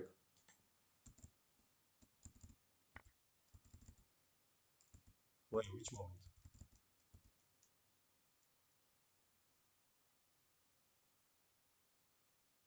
Yeah, it's opening g4 here. Instead of rook b4. Instead of rook b4. Instead of rook b4. Which moment? I don't have any idea. This position, what? Rook b4 was played here. But what rook b3? I don't understand. If rook on c4, how can you play rook b3? I don't understand. Previous. Here rook b3. Or what? B3 I simply take and then rook controls this. Rook b3 and the rook controls because bishop d3, I mean, just lost the rook, man. You can play it too. Bishop takes, I have two options. So rook a2 eliminates pawn, or simply take a2 and then rook d1. And I control this square. So it doesn't work, man. So after rook b4, what was played here? Rook b5, king d6. Oh no, he played this move, definitely. What he played here? Rook b2, rook a3, take. This was position, king d7, and now h4. Home analyze mistake. And it leads to immediate loss. And they should try last chance, g5 here. With idea rook f5, then king f6, and king d8. So white is going here. Thank you for following h4. This was the chance here to distract this rook with this pawn. d7 and h3. But still, Botvinnik says that after rook a6 check, king g7, because if white rook will get this square, black is hopeless. So king g7 need to control this square. Rook e6, h2, rook e1. Now the idea to play king e7, and after rook e2 we just take and promote. So only move is king f7 to control these two squares. a4, this position. White anyway will probably reach the victory because the idea is to distract with this pawn rook, then play rook h1 and exchange this pawn to this, and then this pawn will be decisive factor.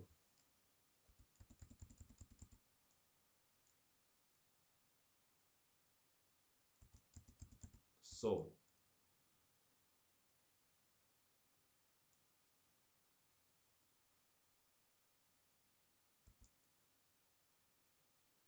games stopped to be adjourned when the computer came, because I remember when I was kid, even I managed to play some adjourned games when I was living in Ukraine. But once computer arrived, it became senseless. So king d7, h4. This was mistake because of f4 now. Was rook d5 possible instead of rook a6? You let me see. You mean in this variation? How it was? Rook a5, king d8 instead of rook a6. Ah, you mean here, rook d5. So the idea behind this move is to play king e8, rook e2, and then king f8, and just promote this. Understood? Let me see. Can we take it here, king e8, give check,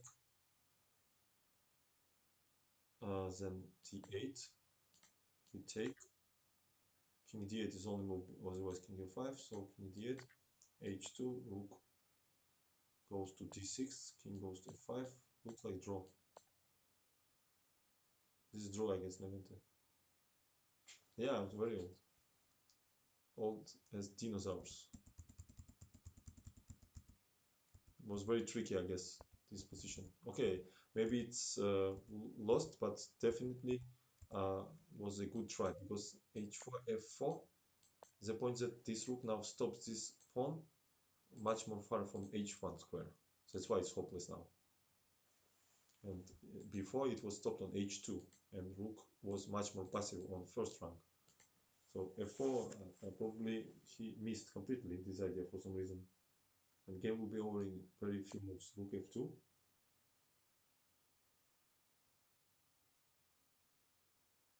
So he played king c6. Sorry, king c8, of course. Rook f2. And after rook a7, Petrosian resigned here. Because this pawn simply promotes what to play here. King e6 probably the best move. We play d7, rook c4, then rook c7.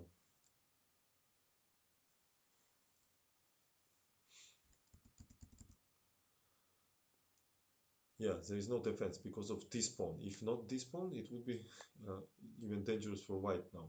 Because he would play rook d4, then give here, and then push these two pawns. But with pawn on a file, game will be over very quick. After g5, rook goes to h7. No, h7 is king g6. Probably first a4. g4 will be funny if it's not winning. Then rook h7 here. Only move is king g5. I will push this pawn, and h3 is not go anyway. g3, then h6, g2. We give check and take. Yeah, game is over. a2 pawn is decisive force here. I think it was very instructive game. How slowly you can outplay opponent from out of nowhere. And such a player like Petrosian, who was playing phenomenally strong in such positions in any games too.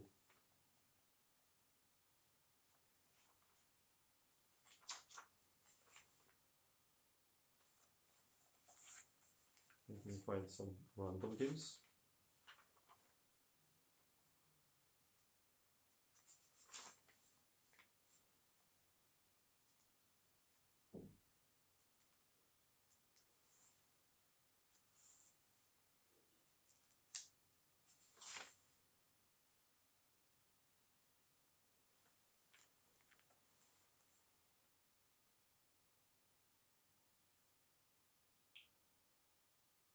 Have consequences that cannot be easily.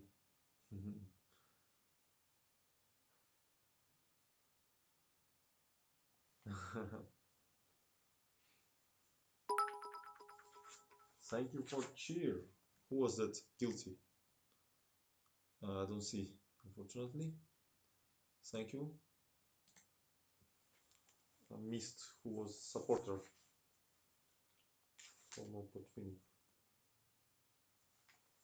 Also very interesting game.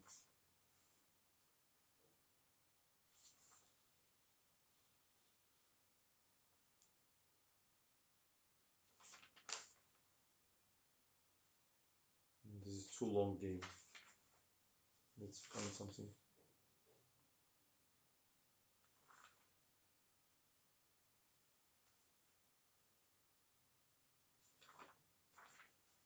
Let's see how he crushed. He crushed in 25 moves. 1 second. He's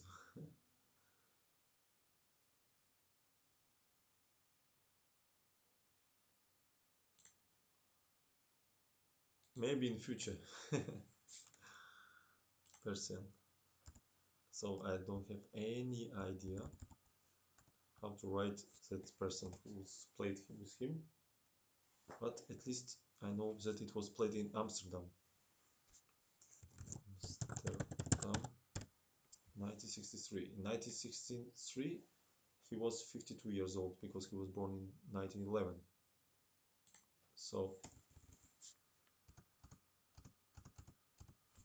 it was played against some Dutch player, T1 Schelting. So T1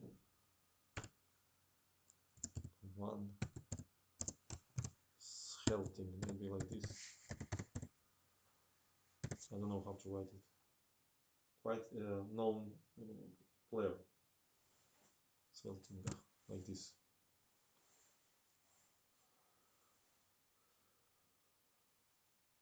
Can anybody Google, please? It was correct or not?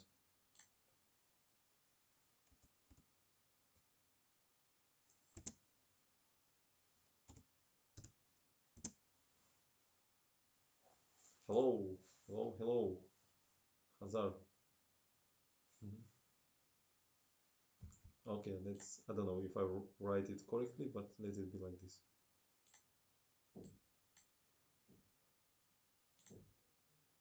So what happened here? How in 25 moves Botvinnik wins in English variation? C4, knight f6, knight c3, c5 was played, g3, try to control this diagonal, e6. Another main line is this variation. I guess if I'm not wrong, this was actually Rubinstein idea also to put this knight here.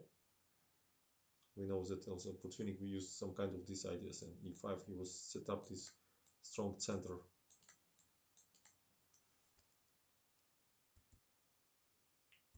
But here once Hilting up he played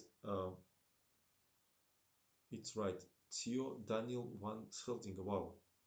Impossible that I write something correctly. Recheck it please. So e6, knight f3. The idea behind this move, because if we play bishop g2, there will be d5 very unpleasant move. cd, ed, as it goes forward, or d4, cd, queen d4, it will be an unpleasant tempo here.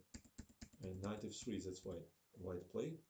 With idea of the d5, cd, ed, d4, transpose to the dash. But black has choice here to play b6, for example, and neutralize this bishop here.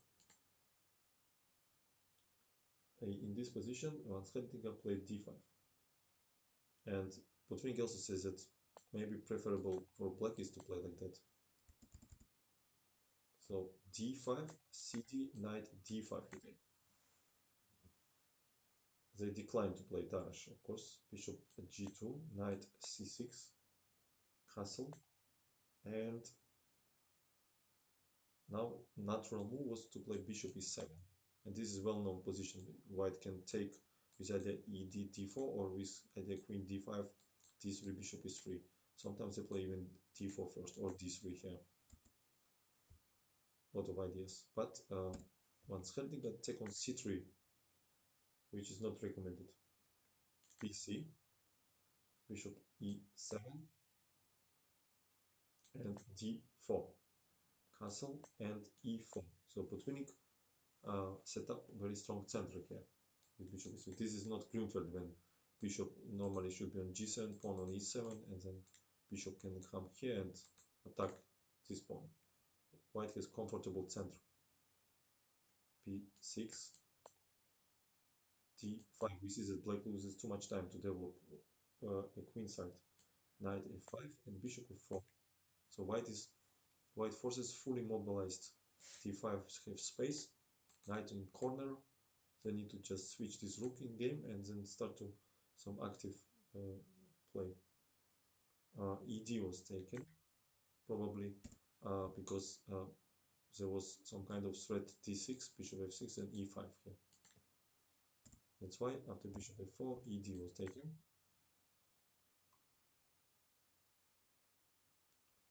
Lider Chess Academy. Simran Bodrin, yeah, Sokuransky. Thank you for class. Yeah, you're welcome. Welcome. You're welcome and you're welcome. Twice. ed, English is funny. Bishop f6. and they are play bishop f6 not to attack this pawn. The main idea not allow knight e5 here, because now will be g5 attacking bishop and this. But Botvinnik plays simply queen c2 here. And in 1967, 4 years later after this, there was a game between Hort, Vladimir Hort versus Zweig, and he played queen d3, which also was good. Queen c2 in this game. G6. He probably wanted to place the bishop here. Of course, queen d5 would be simply bad move to have knight g5, let's say, attacking here and also here. And after queen e5, we don't take probably here because bishop e5 okay, but we can play bishop e4 here and then take.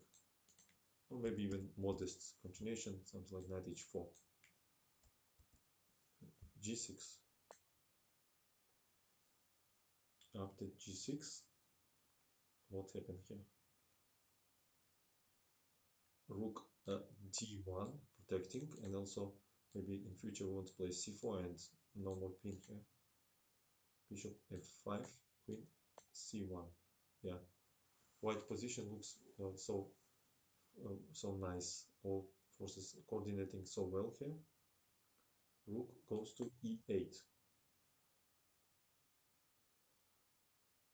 In another game, in 1973, so 10 years after this current game, it was Smekel versus Parma, and Parma played queen d7 here. But still, evolution of position is not changed. It's bad for black. Rook e8, rook e1, queen d7. And critical moment. Now he should play bishop e4 here.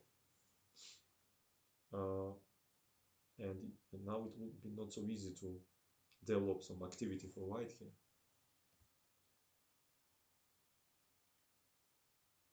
And maybe d6 would be the move here actually. Why not d6 and try to do something? Maybe sacrifice here.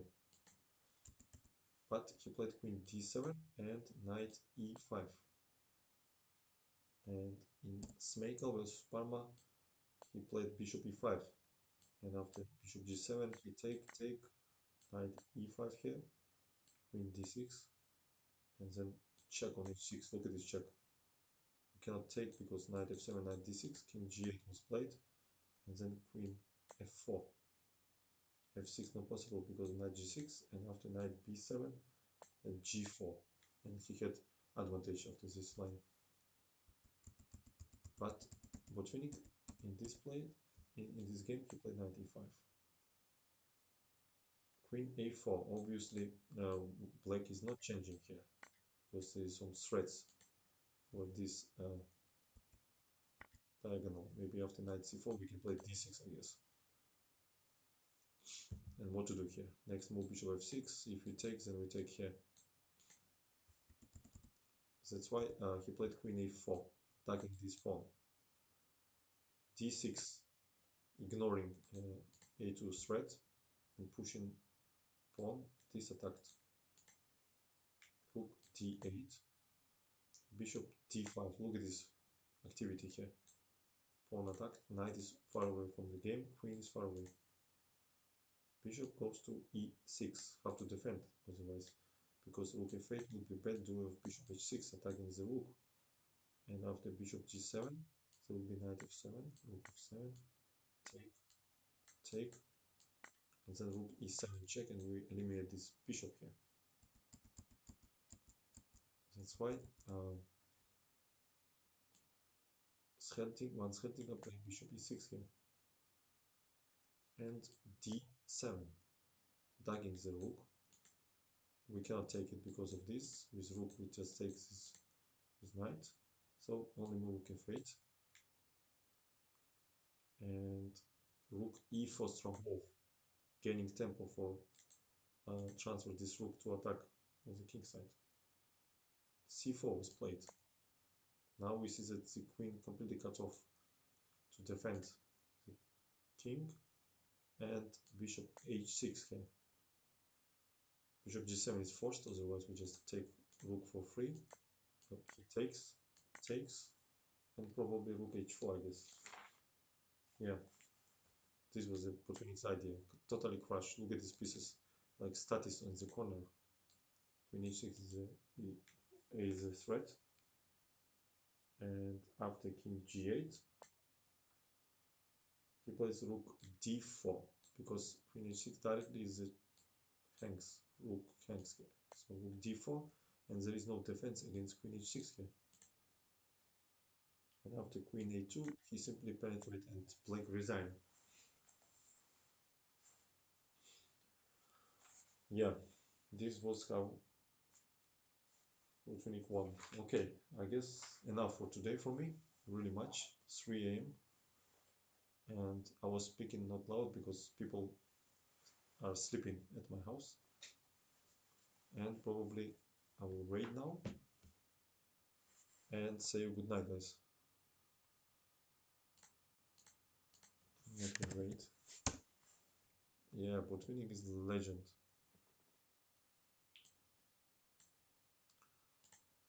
But unfortunately, nowadays nobody cares about classics. Thank you to being with me and for support, guys.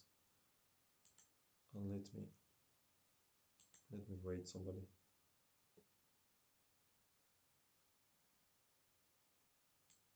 Yeah, I will rate Twinkle Toes, of course.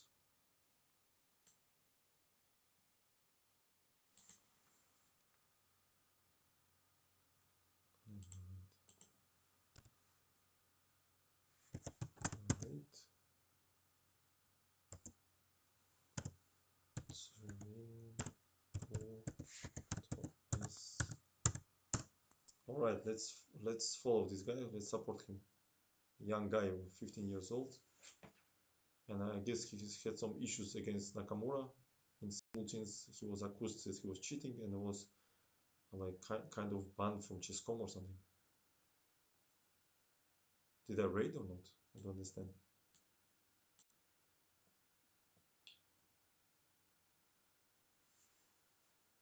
Okay, guys, good night.